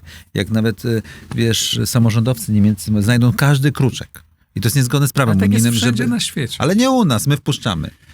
No nie u nas. Wpuszczaliśmy przez lata, to prawda, no bo... Brygady bo nie Mariota mieliśmy- i tak No bo dalej, nie no. mieliśmy kapitału, nie mieliśmy nic. Taka sytuacja była, niespecjalnie mieliśmy, jak patrzę sobie na tę 30 lat, zwłaszcza na pierwsze 15 lat rozwoju, to owszem, pewnych rzeczy mogliśmy być może zrobić lepiej, ale pewnych nie dało się zrobić inaczej, bo taka była rzeczywistość. Wpuściliśmy kapitał, który dał nam kopa, tak? Na przykład zbudowaliśmy super system bankowy. Mamy jeden z najlepszych systemów bankowych na świecie. To jest niesamowite. Tak, mówisz, gospodarka półperyferyjna, nasze banki nie padają, Ale są wiem, zdrowe, są ale- super sprawne. Ale bankowość nie decyduje o statusie półperyferyjnym. Produkcja. Bankowość ma być służebna. W ogóle ten kapitalizm finansowy też się przekrzywił, bo banki nie są oddzielną gałęzią gospodarki, mają mieć rolę służebną wobec produktywności człowieka. A nie ma tak. Tak swoją drogą to też jest kolejny kryzys Zachodu. Że mamy nie kapitalizm produkcyjny, tylko finansowy i generalnie świat anglosaski w ogóle jest przesunięty, To prawda. bo jeszcze w Niemczech i we Francji banki są służebne.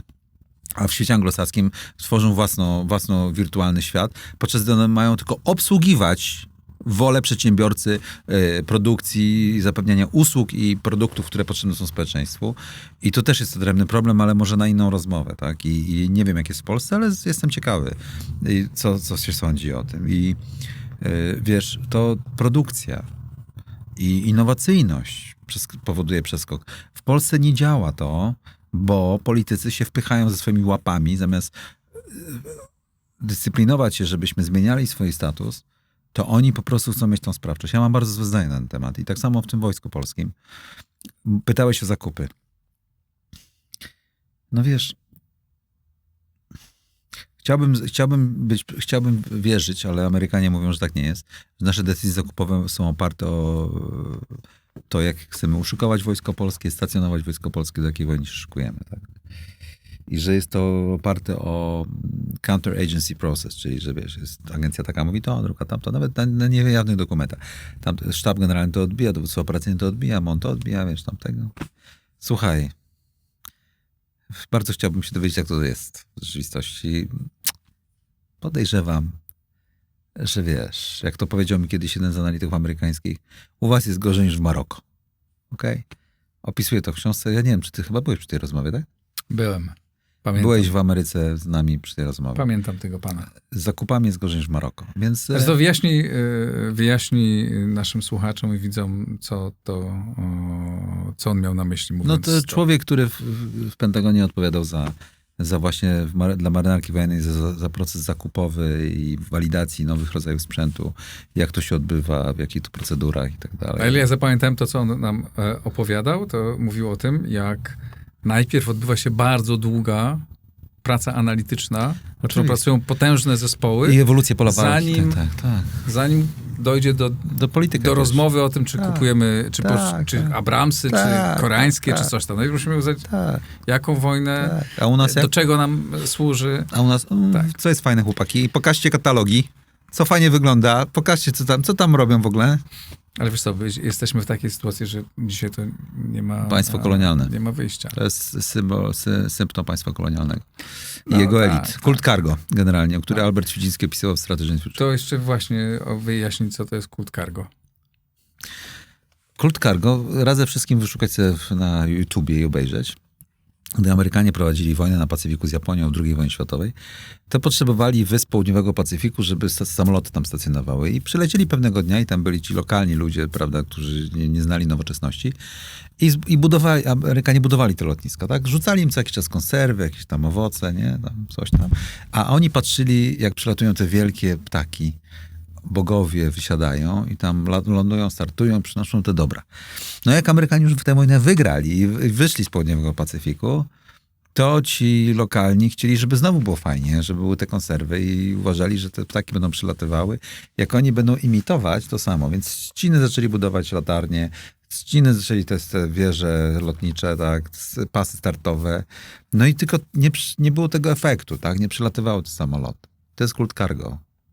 To jest kult cargo, niezrozumienia w ogóle o co chodzi i podniety efektem technicznym, jakimś tam końcowym, bardzo charakterystycznym dla niedorozwiniętych kultur strategicznych.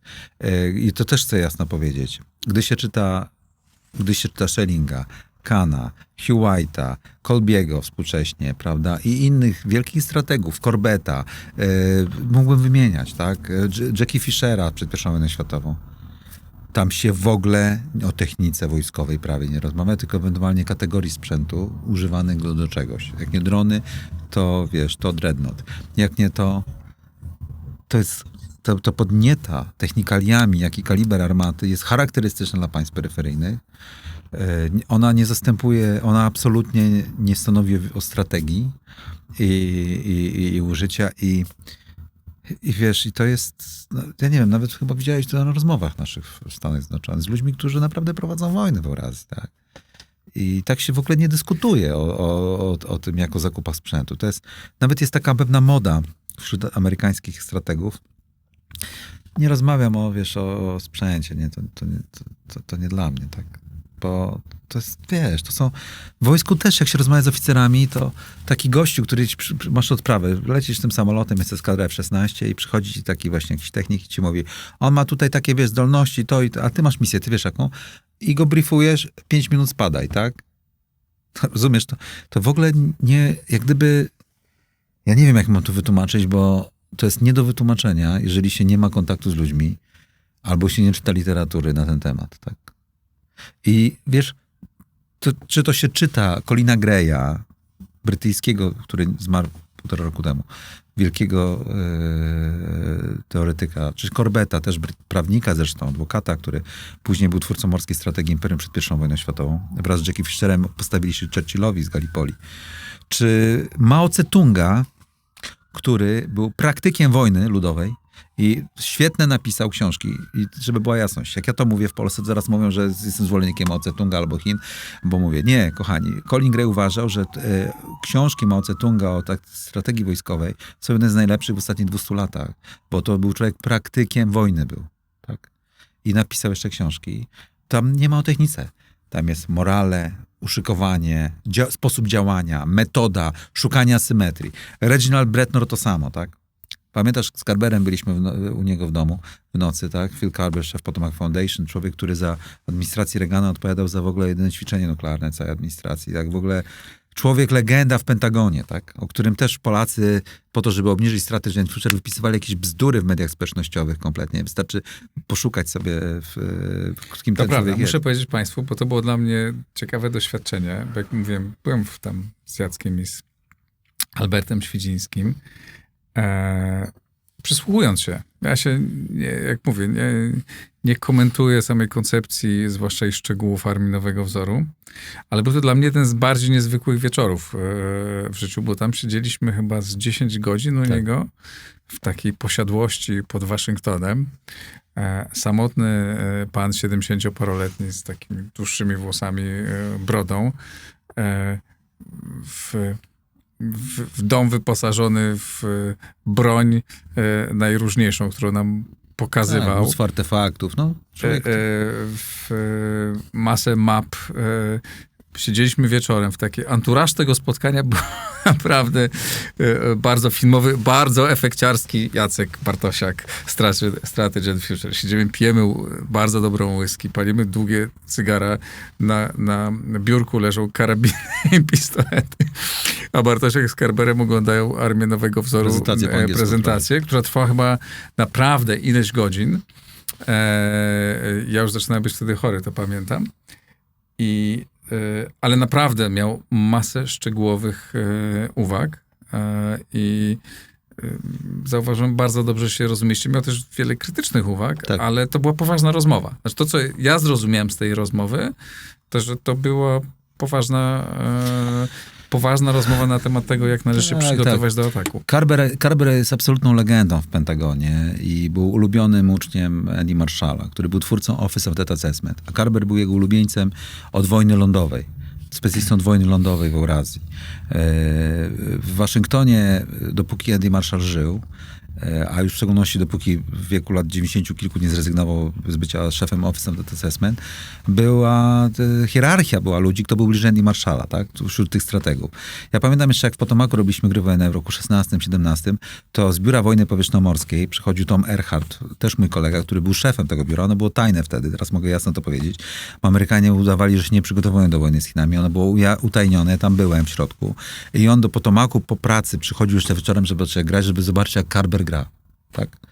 No i ten Carber poświęcił nam te 10 czy 11 nawet godzin. Mieliśmy po angielsku też 500 slajdów i żeśmy to robili. Carber szkolił wojska ukraińskie po 2014 roku. Był w czasie wojny 2014 roku z Zubrowskim, tym legendarnym dowódcą rajdu.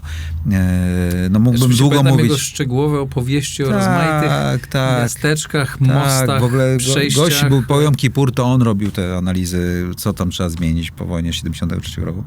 Później był jednym z twórców, Carber był jednym z twórców wojny powietrzno-lądowej za czasów, prawda, i ten Follow-on Forces i w latach 80., tak, z generałem Starry, tak. Później tworzył całą strategię dla Pentagonu, był odpowiedzialny za prezydenta Reagana. Gość legenda, tak. I on po prostu wypowiadał się na temat Armii Nowego Wzoru. Wiele rzeczy, zresztą tam na przykład o strategii nuklearnej powiedział, że nie mamy racji w dużej mierze. Mówił też na przykład o innym nascyjeniu lekkiej piechoty i okazało się, że miał rację później jeszcze. Ale to już w szczegóły możemy wchodzić. Ja oczekiwałem takiej debaty w Polsce. Zamiast tego oczywiście była szydera i memy, bo Polacy po prostu są bez pojęcia na ten temat, jak tu się dyskutuje o tym. Albo zastępowanie hasłami PC 285KQ po to, żeby... To jest kult cargo klasyczny. Że to niby zastępuje rozmowę o strategii. I Albert Świdziński napisał bardzo dobry tekst na ten temat, który ja cytuję w dużej mierze w książce. I to jest właśnie taka różnica. I wiesz, to samo było z Andrew Mayem, tak, który był prawą ręką Andy Marshalla i poszliśmy ty byłeś już chory, poszliśmy do Office of Data Assessment w Pentagonie z Albertem i Nick Myers przyjechał wtedy też do nas Swoją drogą Andy May wygląda jak Dr. House. Identyczny jest, jak wiesz, Hugh Laurie z Dr. House'a. Identycznie. On identycznie mówił w ogóle, prawie tylko miał... No, Hugh Laurie podgrywał amerykański akcent, też był to Brytyjczyk w tym Dr. House. No i generalnie był identyczny. I to był człowiek, który kalibruje wielką strategię wobec Chin, rywalizacyjną na długie lata. On w ogóle się nie interesował tym ukraińską historią. Bo to już była sprawa prawie rozstrzygnięta, tak? On w ogóle myślał o długoterminowej rywalizacji. I on w ogóle nie rozmawialiśmy o sprzęcie, o takich rzeczach. Mówiliśmy o deterrence by punishment, by denial, o strategicznej sygnalizacji, jak to się robi, świadomości sytuacyjnej, zdolnościach kosmicznych. I taki język Strategy and Future chciał narzucić w debacie, tak? Tym językiem chciało rozmawiać. I wprowadziliśmy te pojęcia o drabinie eskalacyjnej, to się śmieją, o Rimlandach i Heartlandach, bo tak myślą ci ludzie, którzy decydują za ciebie i za mnie o życiu. Oraz o tym, gdzie jest Polska. Bo brygady Mariota dopiero są następnym krokiem. Tak? Najpierw trzeba rozegrać tę grę o władzę i sprawczość na tym terytorium poprzez gwarancję bezpieczeństwa, a potem dopiero wchodzi makroekonomia, brygady Mariota, ustawianie prywatyzacji, inne tak dalej. Zobaczysz, to samo będzie na Ukrainie, na Białorusi po wojnie. Wiesz, z Ukrainą to jest jeszcze taki moment, bo chciałem, żebyśmy przeszli do Ukrainy i do przyszłości naszych też relacji i tego, jak ta wojna może się zakończyć. Ale to, co widzę dzisiaj, ja przeczytam to już nie będzie tak proste jak z brygadami Mariota, bo też już się dużo Uczymy uczą. się, no. I mam nadzieję, że będą się uczyć. Zresztą, nie wiem, czy wiesz, otwieramy w Instytucie Wolności Polsko-Ukraińską Szkołę Przywództwa właśnie dla tych elit, które będą budować Ukrainę. Trochę tam jeżdżę i rozmawiam z nimi. I to, co widzę, co mnie najbardziej martwi, poza oczywiście sytuacją wojenną na froncie, to, czy oni zdołają przełamać ten, my byśmy powiedzieli, postkomunistyczny, tak? Ten postoligarchiczny układ w systemie, zwłaszcza sądowniczym, bo oni są w tym momencie, znaczy jeśli oni nie zrobią, dzisiaj, jeżeli Zełenski nie zdecyduje się zrobić porządku takiego bardzo głębokiego, a jest mu trudno to zrobić, bo wygląda jakby był uzależniony, robi jakieś małe kroki, być może zrobi. Wiele rozmawiam na ten temat z różnymi Ukraińcami. Jeśli tego nie zrobią, to będą mieć takie problemy z sądownictwem, jak my mamy przez 30 lat. Tak? I będą w tym samym miejscu po 30 latach, gdzie my dzisiaj jesteśmy i mamy te problemy. Bo myśmy nie zrobili 30 lat temu tego, co mówię, to wtedy to młode bardzo pokolenie, bardzo głębokiego czyszczenia. To, czego się obawiał pierwszy rząd Tadeusza Mozawieckiego, ja to pamiętam z mojego doświadczenia. I te pierwsze ekipy, czego bardzo bały się zrobić, dzisiaj, jeśli nie zrobi tego Ukraina, to będą budować takie na pół zgniłe państwo. A mają to momentum, kiedy mogą pociągnąć za sobą bardzo wielu ludzi, gdzie większość, nie mam wątpliwości, zdecydowana większość Ukraińców chce takiej głębokiej zmiany, jest gotowa na to, ale są jeszcze siły, układy, które ciągle się trzymają, już coraz słabiej, ale to jest moim zdaniem kluczowy moment, bo teraz on może to zrobić właśnie, kiedy jest wojna, a nie potem, kiedy już tak sytuacja będzie się stabilizować. I dla nas Ukraina jako partner będzie atrakcyjny wtedy, jak będzie zdrowym państwem. Tak. My jesteśmy takim półzdrowym państwem. Z jednej strony super się rozwijamy gospodarka, z drugiej strony mamy takie instytucje, takie jakie mamy i to nie dzięki PiS-owi, czy przez PiS, ale przez wszystkie kolejne rządy i partie, które się za to brały i nikt nie zrobił tego do końca, bo teraz jest trudno. Łatwiej to było zrobić wtedy. Trzeba tylko mieć cojones. Zełenski z jednej strony ma, ale z drugiej strony opór jest, jak widzę, duży i przecież to jest naprawdę kluczowe dla Ukrainy. Zgadzam się. I to będzie bardzo trudne, bo przeżywa ogromny kryzys. Jest w wojnie, straciła większą część przemysłu, większą część źródeł energii, straciła zagłębie węglowe i żelaza, o mały włos nie straciła Krzywego Rogu również, o mały włos nie straciła dojścia do morza, straciła mnóstwo ludzi, tak jak powiedziałem, PKB spada gigantycznie i płody rolne też nie są takie jak za pokoju, więc przed Ukrainą absolutnie ciężki czas, nawet gdyby wojnę wygrała w tej chwili. I będą też te rekiny. Już wystarczy zobaczyć, co wielkie firmy rolnicze robią z z Ukrainą. Już teraz. Co będzie zresztą konkurencją dla polskiego rolnictwa. Też państwo Tak. polskie musi się na to To przygotować. jest problem w naszych relacjach, który będzie. Tak, dlatego zachęcałbym, żebyśmy znowu nie pitolili, za przeproszeniem, o tych takich sojuszach, że Zachód, tożsamość interesu, tylko nie wstydzili się wynegocjować traktatu handlowego z Ukrainą, gdzie będziemy na preferowanych warunkach względem Niemców, Tak. Francuzów i innych, bo jak znam naszych, to zaraz będzie cała grupa krzykaczy, którzy powiedzą, że to jest nieuczciwe, niezgodne z Unią Europejską i innymi takimi rzeczami. Bądźmy tak? Jesteśmy, rozumiem, dorośli. I nie takie rzeczy da się klauzulami generalnymi wyjaśnić różnymi. Natomiast wydaje mi się, że zasługujemy na to, żeby Ukraińcom powiedzieć: panowie i panie, preferowane warunki dla nas, tak? Albo chcecie niezależności i budujemy prawdziwie i nie boicie się zmajoryzowania przez nas, bo my nie jesteśmy tacy potężni, albo wpuszczacie tamtych, tak? Albo chcecie naprawdę budować, albo nie. I to jest właśnie próba, Tak, z to drugiej jest strony- próba zmiany marżowości. Tak, tylko z drugiej strony też musimy pamiętać o tym, że musimy mieć siłę na to. Znaczy nie jesteśmy, nawet jakbyśmy dostali te preferencyjne warunki, to nie mamy aż tyle kapitału, nie aż wiem. tyle firm, Nie wiem. aż tylu ludzi, którzy będą A dlaczego? budować. A może byśmy dali? Dlaczego? Orlen nie ma, inni nie mają, Nie. a polskie firmy przetwórstwa rolnego nie mają. Nie, ale ja się zgadzam, że na pewno powinniśmy tę sytuację wykorzystać i na pewno musimy twardo o tym teraz rozmawiać. Koreańskie- Tak samo jak musimy twardo naciskać my i Unia na to, co tutaj burzy część, tą prawicową część, czyli rule of law. To jest to, co na Ukrainie dzisiaj jest w naszym interesie, żeby oni to zrobili. Oczywiście. To jest zabawne, rozmawiam z Ukraińcami, wiesz, oni mówili, że mamy nadzieję, że Unia będzie nas bardzo mocno naciskać i nie odpuści Komisja Wenecka, bo to jest zabawne. Oni mówią tam tak jak u nas najbardziej radykalni prawicowcy. No wiesz, tylko że na Oni Ukrainie... sobie domagają, żeby Unia im pomogła wyczyścić sądy. Bo boją się oligarchizacji. Wiesz, no bo tam trzeba było być czymś człowiekiem. No to my tak nie doświadczyliśmy aż tak bardzo. Nie, tamte sądy są skorumpowane 10 razy bardziej niż, 100 No razy więc bardziej niż u nas. Tam dotyczy wszystkiego i nie wiem, jak Zełański ma zamiar, bo to trzeba na twardo zrobić w czasie wojny. Tak. Zresztą nie czuję się, szczerze mówiąc, specjalistą oczywiście od takich spraw, ale wyobrażam sobie, jakie musi być czyszczenie domu w tym kontekście. Ale wojna jest bardzo dobrą okolicznością. Dobra, obserwując wojnę, jakie nieustannie się nią zajmujecie, jakie szanse widzisz na pozytywny z naszego punktu widzenia rozwój wypadków? Nie widzę tego dobrze. Ten rok będzie bardzo ważny, rozstrzygający. Ukraińcy muszą wykonać ofensywę, która daje im zwycięstwo w tym roku, wiosną albo latem, bo będzie presja na jesieni na rozejm, pokój wymuszany przez Zachód. Bo wiesz, no nie ma stoków amunicyjnych na przykład. Tak. Rosjanie mają przewagę, bo mają gospodarkę, która stoi, handluje ze światem, mają wszystkie surowce i mają fabryki.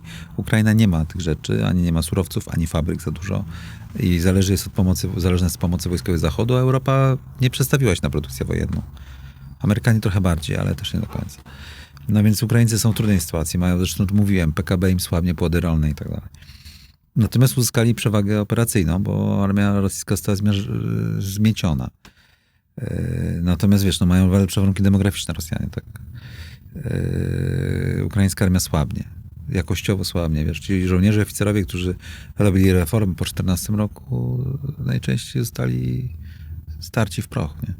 O.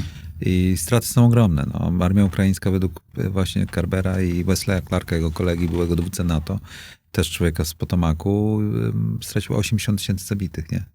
Plus dużo więcej rannych. Mhm. Armia rosyjska 135 000, więc te straty nie są takie, że jest wielokrotnie więcej. I to są oczywiście nie wiadomo, jak jest. Tak, naprawdę, nie wiemy, jak jest. Też nie wiemy tak naprawdę, ile tego sprzętu teraz dociera. Tak, czy to jest, tak. Ale Rosjanie nie też jestem w nie stanie nigdzie uzyskać tej informacji, czy te 150 leopardów, które ma dotrzeć, to już jest Wszystko jest, drodze. jest intoksykacja materiału dowodowego, jest kłamanie, jest propaganda. Tak jest w czasie wojny się dzieje. To jest tak zwana mgła wojny, bo obie strony są totalnie zainteresowane zakłamywaniem. Tak. Ukraińcy też. Ja też, jedno to już jest nadzieja nie oparta na niczym poza taką intuicją, że jak Na przykład rozmawiałem z jednym, nie mogę powiedzieć, z jednym wysokim rangą Ukraińcem prywatnie i mówił, tak, będzie ofensywa, wiesz, nie jest źle, tak? Mamy poważne szanse ta wiosna, lato. Po czym włączyłem kamerkę i nagrywałem go, żeby zrobić z nim rozmowę, wykorzystać do programu i zadałem mu to samo pytanie. Mówi, tak, mamy olbrzymie kłopoty ze sprzętem, sprzętu mamy ciągle za mało. No Więc bo mam nadzieję, że jest też tak, że troszkę... Wszyscy się instrumentalizują, Tak. to jest normalne. Wszyscy się Nie mam instrumentalizują. pretensji o to. Jak przeczytasz, wiesz, jak się działo w wrześniu 1939 roku, to obraz, jaki podawały gazety, no nie było wówczas internetu, prasa, był niezgodny z później ustalanym stanem rzeczywistym, który my znamy z podręczników. Rozumiesz? Tak to jest. I czym więcej las, tym jest trudniej. Natomiast, no wiesz, można ocenić ewolucję pola walki. Bardzo dużo zależy od tego, czy Rosjanie stworzyli skuteczny system mobilizacyjny w XXI wieku. Ja nie wiem tego. Nie będę udawał. I ja nie widziałem nikogo, kto wie tak naprawdę. Ani Kaufman, ani Karber. To jest takie pitolenie. Nawet sami Ukraińcy nie wiedzą, podejrzewam, bo to się okaże na wiosnę i latem. Tak. Czy z tych mobików dało się stworzyć siłę, którą się da dowodzić w defensywie, i w ataku, i w manewrze, i w odwrocie? Nie wiem. W II wojnie światowej się udało. W II wojnie światowej Sowieci stracili pierwsze wojsko stracili całe. W 1941 roku, drugie stracili w 1942 i dopiero to, które zostało zbudowane w 1943 de facto zakończyło w Berlinie. Dlatego ta wojna nie może trwać 5 lat. I dlatego Ukraina też już nie ma takiej samej armii. Na przykład zarządzanie było amorficzne, oparte o NCOs, tak, o podoficerów, w stylu zachodnim, rozproszonym dowodzeniu w pierwszym miesiącu, 2 wojny. Teraz oni wszyscy poginęli prawie, albo są kalekami, albo są po szpitalach, albo coś. I wraca sowiecki system dowodzenia, bo pułkownik ze sztabu generalnego w Kijowie chce dowodzić kompanią pod Bachmutem, bo nie zna innej metody, tak? To jest tak jakby stary dziadek, wiesz, przyszedł do ciebie i ci sterował tutaj w studiu. Ale z drugiej strony też słyszę, że mają ciągle bardzo duże zaplecze i szkolą ciągle tych ludzi, tak? Szkolą, że tylko nie widzimy, nie wiemy tego, jaka ale jest wiesz, skala. to jest tak, że ktoś jest po przeszkoleniu wojskowym, idzie od razu na front pod Bachmut, wiesz. Tak, a też jest często. to, co widzisz w Polsce czy w Wielkiej Brytanii, to są ci, którzy nigdy nie mieli broni. Są szkoleni unitarka od początku. Bardzo trudno to ocenić, wiesz, bo w XXI wieku nikt tak nie robił.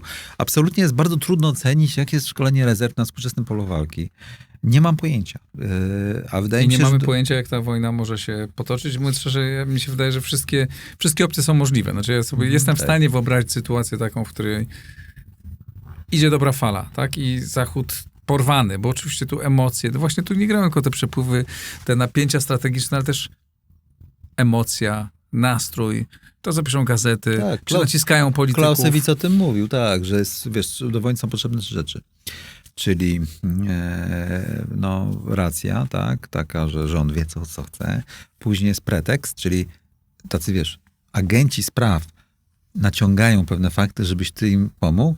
I trzecia emocja, że trzeba uruchomić ludzi, żeby chcieli pomagać. Jak gdyby te 3 rzeczy tworzą triadę wojenną, no i obie strony próbują to używać. Na Ukrainie to fantastycznie się udało wewnętrznie. Tak, Teraz pytanie, na ile zewnętrznie to dalej da się pociągnąć. Jest to trudne, ale ciągle niemożliwe. Natomiast wiesz, to się może też skończyć. No, rozmawiamy, gdy Xi Jinping przyjechał do Moskwy. No i generalnie może akuszerem pokoju będą Chińczycy. Bo zadzwonił do Zełańskiego, Rosjanom każe się wycofać, jeszcze może... Chiny mają taką siłę, że jeszcze mogą wymusić wycofanie z Krymu. Bo Chiny, wiesz, nie chcą wojny światowej, a Amerykanie dociskają i gdyby Chińczycy popełnili... Jesteśmy w takim momencie, że Amerykanie bardzo dociskają. Dociskają, pchają w kierunku wojny. Ja nie mówię, że są złymi ludźmi i pchają, tylko stworzą ograniczenie pole manewru. Xi Jinping ostatnio oraz nowy minister spraw zagranicznych na sesji tej KPH mówił o tym, że będzie konfrontacja, jeżeli Amerykanie zejdą z tej drogi. Pierwszy raz tak mówili. Twardo, kilka dni temu. I wiesz, Chińczycy nie chcą popełnić tego błędu, jak Japonia zrobiła, bo też dostała sankcje na ówczesne tam ropę, na ropę, na żelazo, tak jak teraz na przewodniki.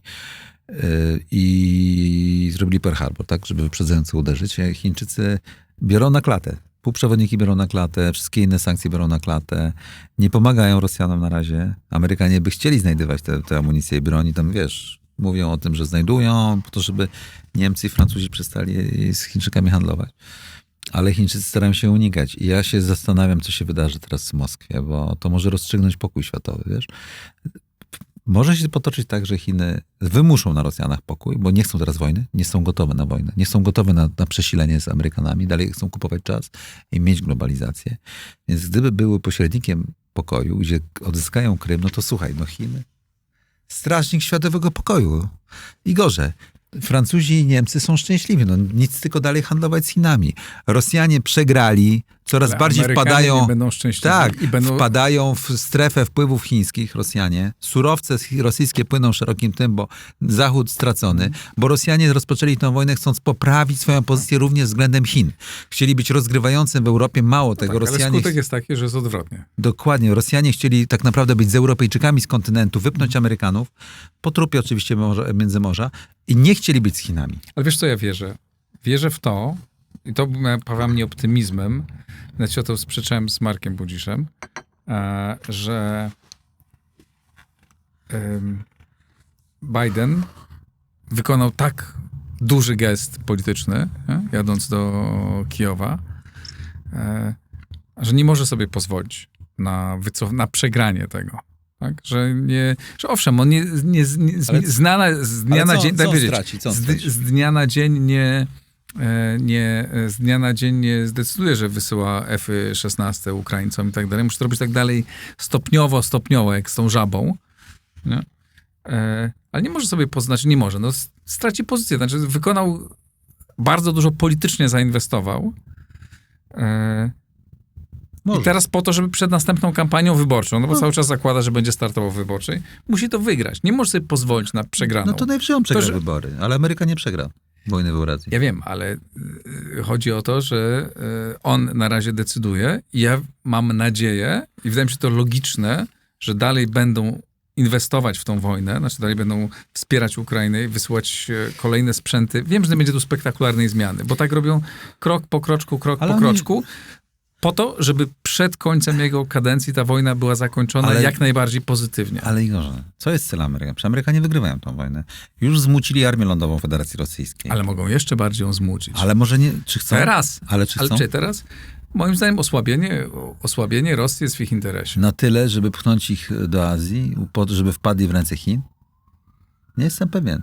Jeżeli Xi Jinping teraz wyraźnie nakaże zwrot Krymu i zwasalizuje Rosję, to Amerykanie będą parli do pokoju na warunkach takich, żeby Rosja jeszcze miała siłę. Nie wiesz, żeby jeszcze teraz Putin na to poszedł, bo jeszcze... A to jest inna sprawa, jak bardzo samowładni są Rosjanie, nie wiem tego. Natomiast, wiesz, to jest grubsza historia strukturalna właśnie. I co tam jakiś Biden? Co to ma znaczenie, czy będzie jeden Biden, czy drugi? W Wietnamie też się wycofywali i tracili twarz i co z tego? No, ale mają te lekcje za sobą. Z Kabulu mają lekcje Afganistanu. No, ale... No i co im zrobił ten Kabul? Nic. No co im zrobił? Zrobił. Miał pozycję polityczną bardzo słabą. Są żywotne interesy i nieżywotne interesy. Żywotne interesy są, żeby Chiny nie były hegemonem. Nieżywotne... Właśnie to jest, liczy się też drobne, to nie jest drobna rzecz, tak, ale liczą się interesy również jednostek, jego administracji, demokratów. To, żeby wygrali tą wojnę, mogli pokazać, zobaczcie, no tak. Starszy człowiek okazał się sprawczy. Jesteśmy sprawczy. Lyndon Johnson też chciał wygrać. Nie chciał przegrywać od razu. No, ale chcą tak samo. Co więcej, moim zdaniem, jeżeli będą naprawdę chcieli, chodzi mi o to, że tu jest łatwiej wygrać. Znaczy, ta wojna jest do wygrania. Ale oni chcą wygrać ją bez groźby eskalacji nuklearnej, żeby nie było eskalacji wertykalnej, czyli nuklearnej, żeby nie było horyzontalnej o państwa NATO, bo wtedy Amerykanie muszą wejść do wojny. No to znaczy, żeby ją przegrali, tą rozgrywkę. Więc Biden, wiesz, ma ograniczone, uważaj, siłami strukturalnymi pole manewru. To nie jest tak, że on jest samowładnym agentem, który robi, co mu się nie podoba. Oczywiście, bo na szczęście to państwo jest też, w tym państwie instytucje działają rozmaite. Miejmy nadzieję. I tu w tym polu gry nasze państwo powinno na Amerykanach egzekwować pewne rzeczy. Na przykład to, że pieniądze, wrzućcie hajs w Międzymorze. Nie w Niemców, tylko w nas.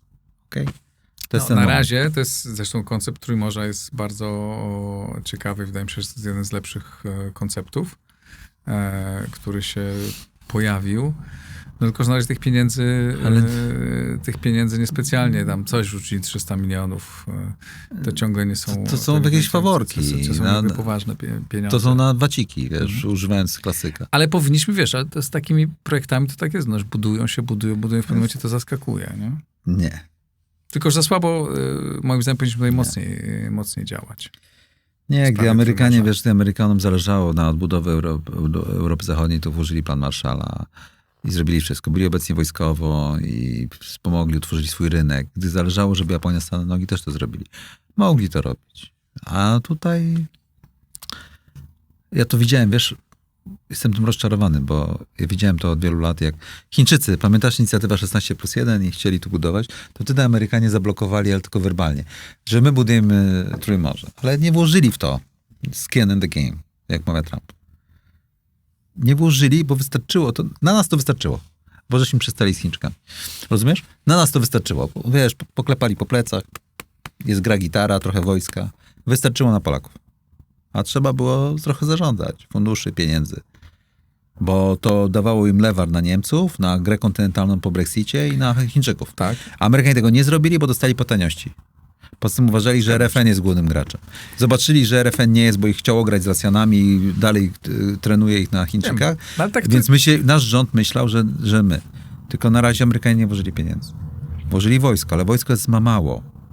Dla zmiany dualizmu na łabie i zmiany naszego położenia trwale, wojsko samo jest za mało. I to jest teza Strategy and Future, ambitna, wynikająca z wiary w możliwość odmiany losu Rzeczypospolitej. Ale tu akurat na tym polu gospodarczym dużo robimy. Pewnie, że powinniśmy robić więcej, zawsze powinniśmy robić więcej, nigdy nie będzie rewelacyjnie, ale i tak jesteśmy jednym z tych kilku państw na świecie, które tak się w ciągu 30 lat nieprawdopodobnie rozwinęły. Niewiele jest przykładów państw rozwijających się szybciej. Chiny. No ale China to jest nieporównalne, to jest gigant. Oczywiście można być Korea, tak, można być Hongkong, był takim, nie Hongkong, tylko Singapur. Zależy jak się rozwijamy, jeszcze, oczywiście, tak. Ja jestem też dzieckiem sukcesu III Rzeczypospolitej. Mało tego. Fakt, że może istnieć Strategy and Future jest dowodem na to, że istnieje klasa średnia, ona sobie tam płaci ten abonament i tak dalej, tak. Zresztą pewnie w PRL-u co najmniej by mi nie pozwolono, nie? Tak robić jak... No właśnie, jesteśmy dziećmi jest wolność słowa, tego sukcesu. Jest wolność słowa, trzeba przyznać. Formalna, bo czasami oczywiście warunki materialne nie pozwalają na wolność słowa ludziom. Ale dzięki technologiom, to jest niesamowite. Tak, rozmawiałem niedawno z moim znajomym, który pracuje w Google i mówiłem mu, że wiesz, Google najpierw zniszczył mój świat mediów tradycyjnych i to nie mówię jako zarzut. Ale dał tobie możliwość. Najpierw go zniszczył, bo osłabił wszystkie tak. media i nagle w pewnym momencie dał takie narzędzie jak to. Kiedyś założyłem Salon 24, też dzięki technologiom, nie udało mi się tam biznesowo. To nie jest projektem biznesowym, ale takim misyjnym, ale mogę to robić za niewielkie pieniądze. Dzięki patronom, drodzy patroni, namawiam was do wspierania dalej, ale jakby to żyjemy w wolnym świecie. Tak jest, dokładnie ja mam tak samo Strategy and Future, jeszcze zajmując się strategią, zbypassowałem, czyli ominąłem cały system wieży i rozdzielania, kto co może mówić. I poprzez takie rozmowy jak z tobą, czy dostęp właśnie do mediów, czy do codziennych, do domów codziennie ludzi, możemy kształtować kulturę strategiczną i dokładnie tutaj było pytanie jednego z twoich tutaj słuchaczy. Jaka jest misja? To jest misja Strategy and Future. To jest kwintesencja. Wiesz, no nic więcej nie można w życiu zawodowym osiągnąć niż coś takiego. Jeszcze też dzisiaj mam taki moment cudowny w moim życiu zawodowym, że robię wyłącznie to, w co wierzę. Robię to całkowicie niezależnie i też mam swoją misję bardzo podobną, tak? Ja chcę pomóc tłumaczyć, co się dzieje na świecie, żeby nasi słuchacze i widzowie lepiej rozumieli rzeczywistość. Jeszcze przy okazji tego ja mam olbrzymią frajdę. I są mechanizmy, które powodują, że też mogę to robić w sposób całkowicie niezależny. Tak? Tak jak ty masz płatną, u mnie jest bezpłatne, a ludzie wspierają. Są jeszcze reklamy na tym YouTubie, które jakby pozwalają mi być całkowicie niezależnym. I w zasadzie co? Mamy takie same zasięgi. Słucha nas tylu, że jak gdybyśmy występowali w dużych telewizjach. Oczywiście. Tylko, że jesteśmy od nikogo uzależnieni. To jest piękne. Tak, bardzo. I widzisz, tutaj ta Polska jest jednym z lepszych miejsc na świecie. Dla mnie jest najlepszym miejscem na świecie. No Nigdy nie myślałem o emigracji. Ale fakt, że w ostatnich tam 10 latach kontakt z systemem publicznym państwa polskiego, gdzie tam podchodziłem pod niego, tam odbijałem się, patrzyłem, mogłem zaglądać, taką ręką otworzyć, ale nie musiałem nigdy grać na tych warunkach. A ta książka jest tego wynikiem, dało mi naprawdę sporo do myślenia, ile jest toksycznych i absolutnie potrzebne. Najgorsze jest, że ci ludzie z tym systemem myślą, że to jest naturalne, że my jesteśmy chorzy, że tak mówimy. Oni uważają, że to jest naturalne zjawisko i wszystko jest, wszyscy zdrowi w domu. Niestety moje obserwacje są bardzo podobne. Też zaglądałem. Co prawda nie pracowałem, szczęśliwie, nie pracowałem dla żadnej państwowej instytucji. Żeby jasne, nie uważam, że to coś złego. Wszystkich z państwa, którzy pracujecie w państwowych instytucjach, namawiam do tego, żebyście robili jak w szkole przywództwa, uczymy tego ludzi, żeby też tam pracowali. Część z nich zresztą tam pracuje. Jest wielu fantastycznych ludzi. Ale większość rzeczy, które widzę, tych mechanizmów, no to nie jest to zdrowe, nie są to zdrowe struktury, tu jeszcze jest ogromna praca. Ale ja głęboko wierzę w to, że taka praca, wiesz, taka pozytywistyczna. Nie? Ja myślałem, że chcę wpływać na rzeczywistość. Tak wpływam w ten sposób, że tutaj tłumaczę, Potężny, moim zdaniem a potężny. buduję tą szkołę przywództwa, gdzie mamy 800 absolwentów, którzy już są dzisiaj ludźmi w wieku 30 paru, niektórzy już 40 lat, którzy rosną coraz bardziej. Tradycja szkoły rycerskiej. Tak, ale to jest Tak dokładnie. jest, tak jest. Nie używam tego, bo nie chcę też przegrzać, ale ja tak, szkoła rycerska to ja to mogę była, powiedzieć. to jest dokładnie nasz wzór, tak? I to robimy i myślę, że to ma sens. I tak dzisiaj mówię, że nie widzę tego świeżego powiewu, bo on jeszcze nie wieje, ale pracuję na to, żeby ten wiatr powiał. Oby tak było. To może tu zakończymy. Powiedzmy coś tak optymistycznie. Dobrze. Jacek, bardzo ci dziękuję. Dziękuję pięknie za umożliwienie mi tej rozmowy. Dziękuję pięknie. Ja tobie dziękuję za to, że przyszedłeś i że też odpowiadałeś na te pytania krytyczne. To było bardzo fajne. Możemy kiedyś powtórzyć. Jak najbardziej. Dzięki serdeczne. Dziękuję. Dziękuję bardzo. To wszystko dzisiaj. Mam nadzieję, że dotrzymaliście do końca. 2,5 godziny rozmawialiśmy. To moja najdłuższa rozmowa, ale tak wymyśliłem, że spróbuję takie rozmowy prowadzić. Napiszcie, czy waszym zdaniem takie rozmowy warto, żebym prowadził w układzie otwartym. Z kim waszym zdaniem powinienem porozmawiać? No ale przede wszystkim też napiszcie o tym, co sądzicie, o tym, co rozmawialiśmy. Tu można 5 książek napisać, bo porozmawialiśmy na wiele różnych tematów. Jacku, dzięki serdeczne. Dziękuję pięknie. Dziękuję bardzo. To wszystko na dzisiaj. Pamiętajcie, wspierajcie na Patronite, bo to dzięki temu ten program jest niezależny. Pozdrawiam serdecznie, do zobaczenia, do usłyszenia. Przygotowując odcinki Układu Otwartego, korzystam z serwisu Infopiguła. Link do Infopiguły znajdziecie pod nagraniem.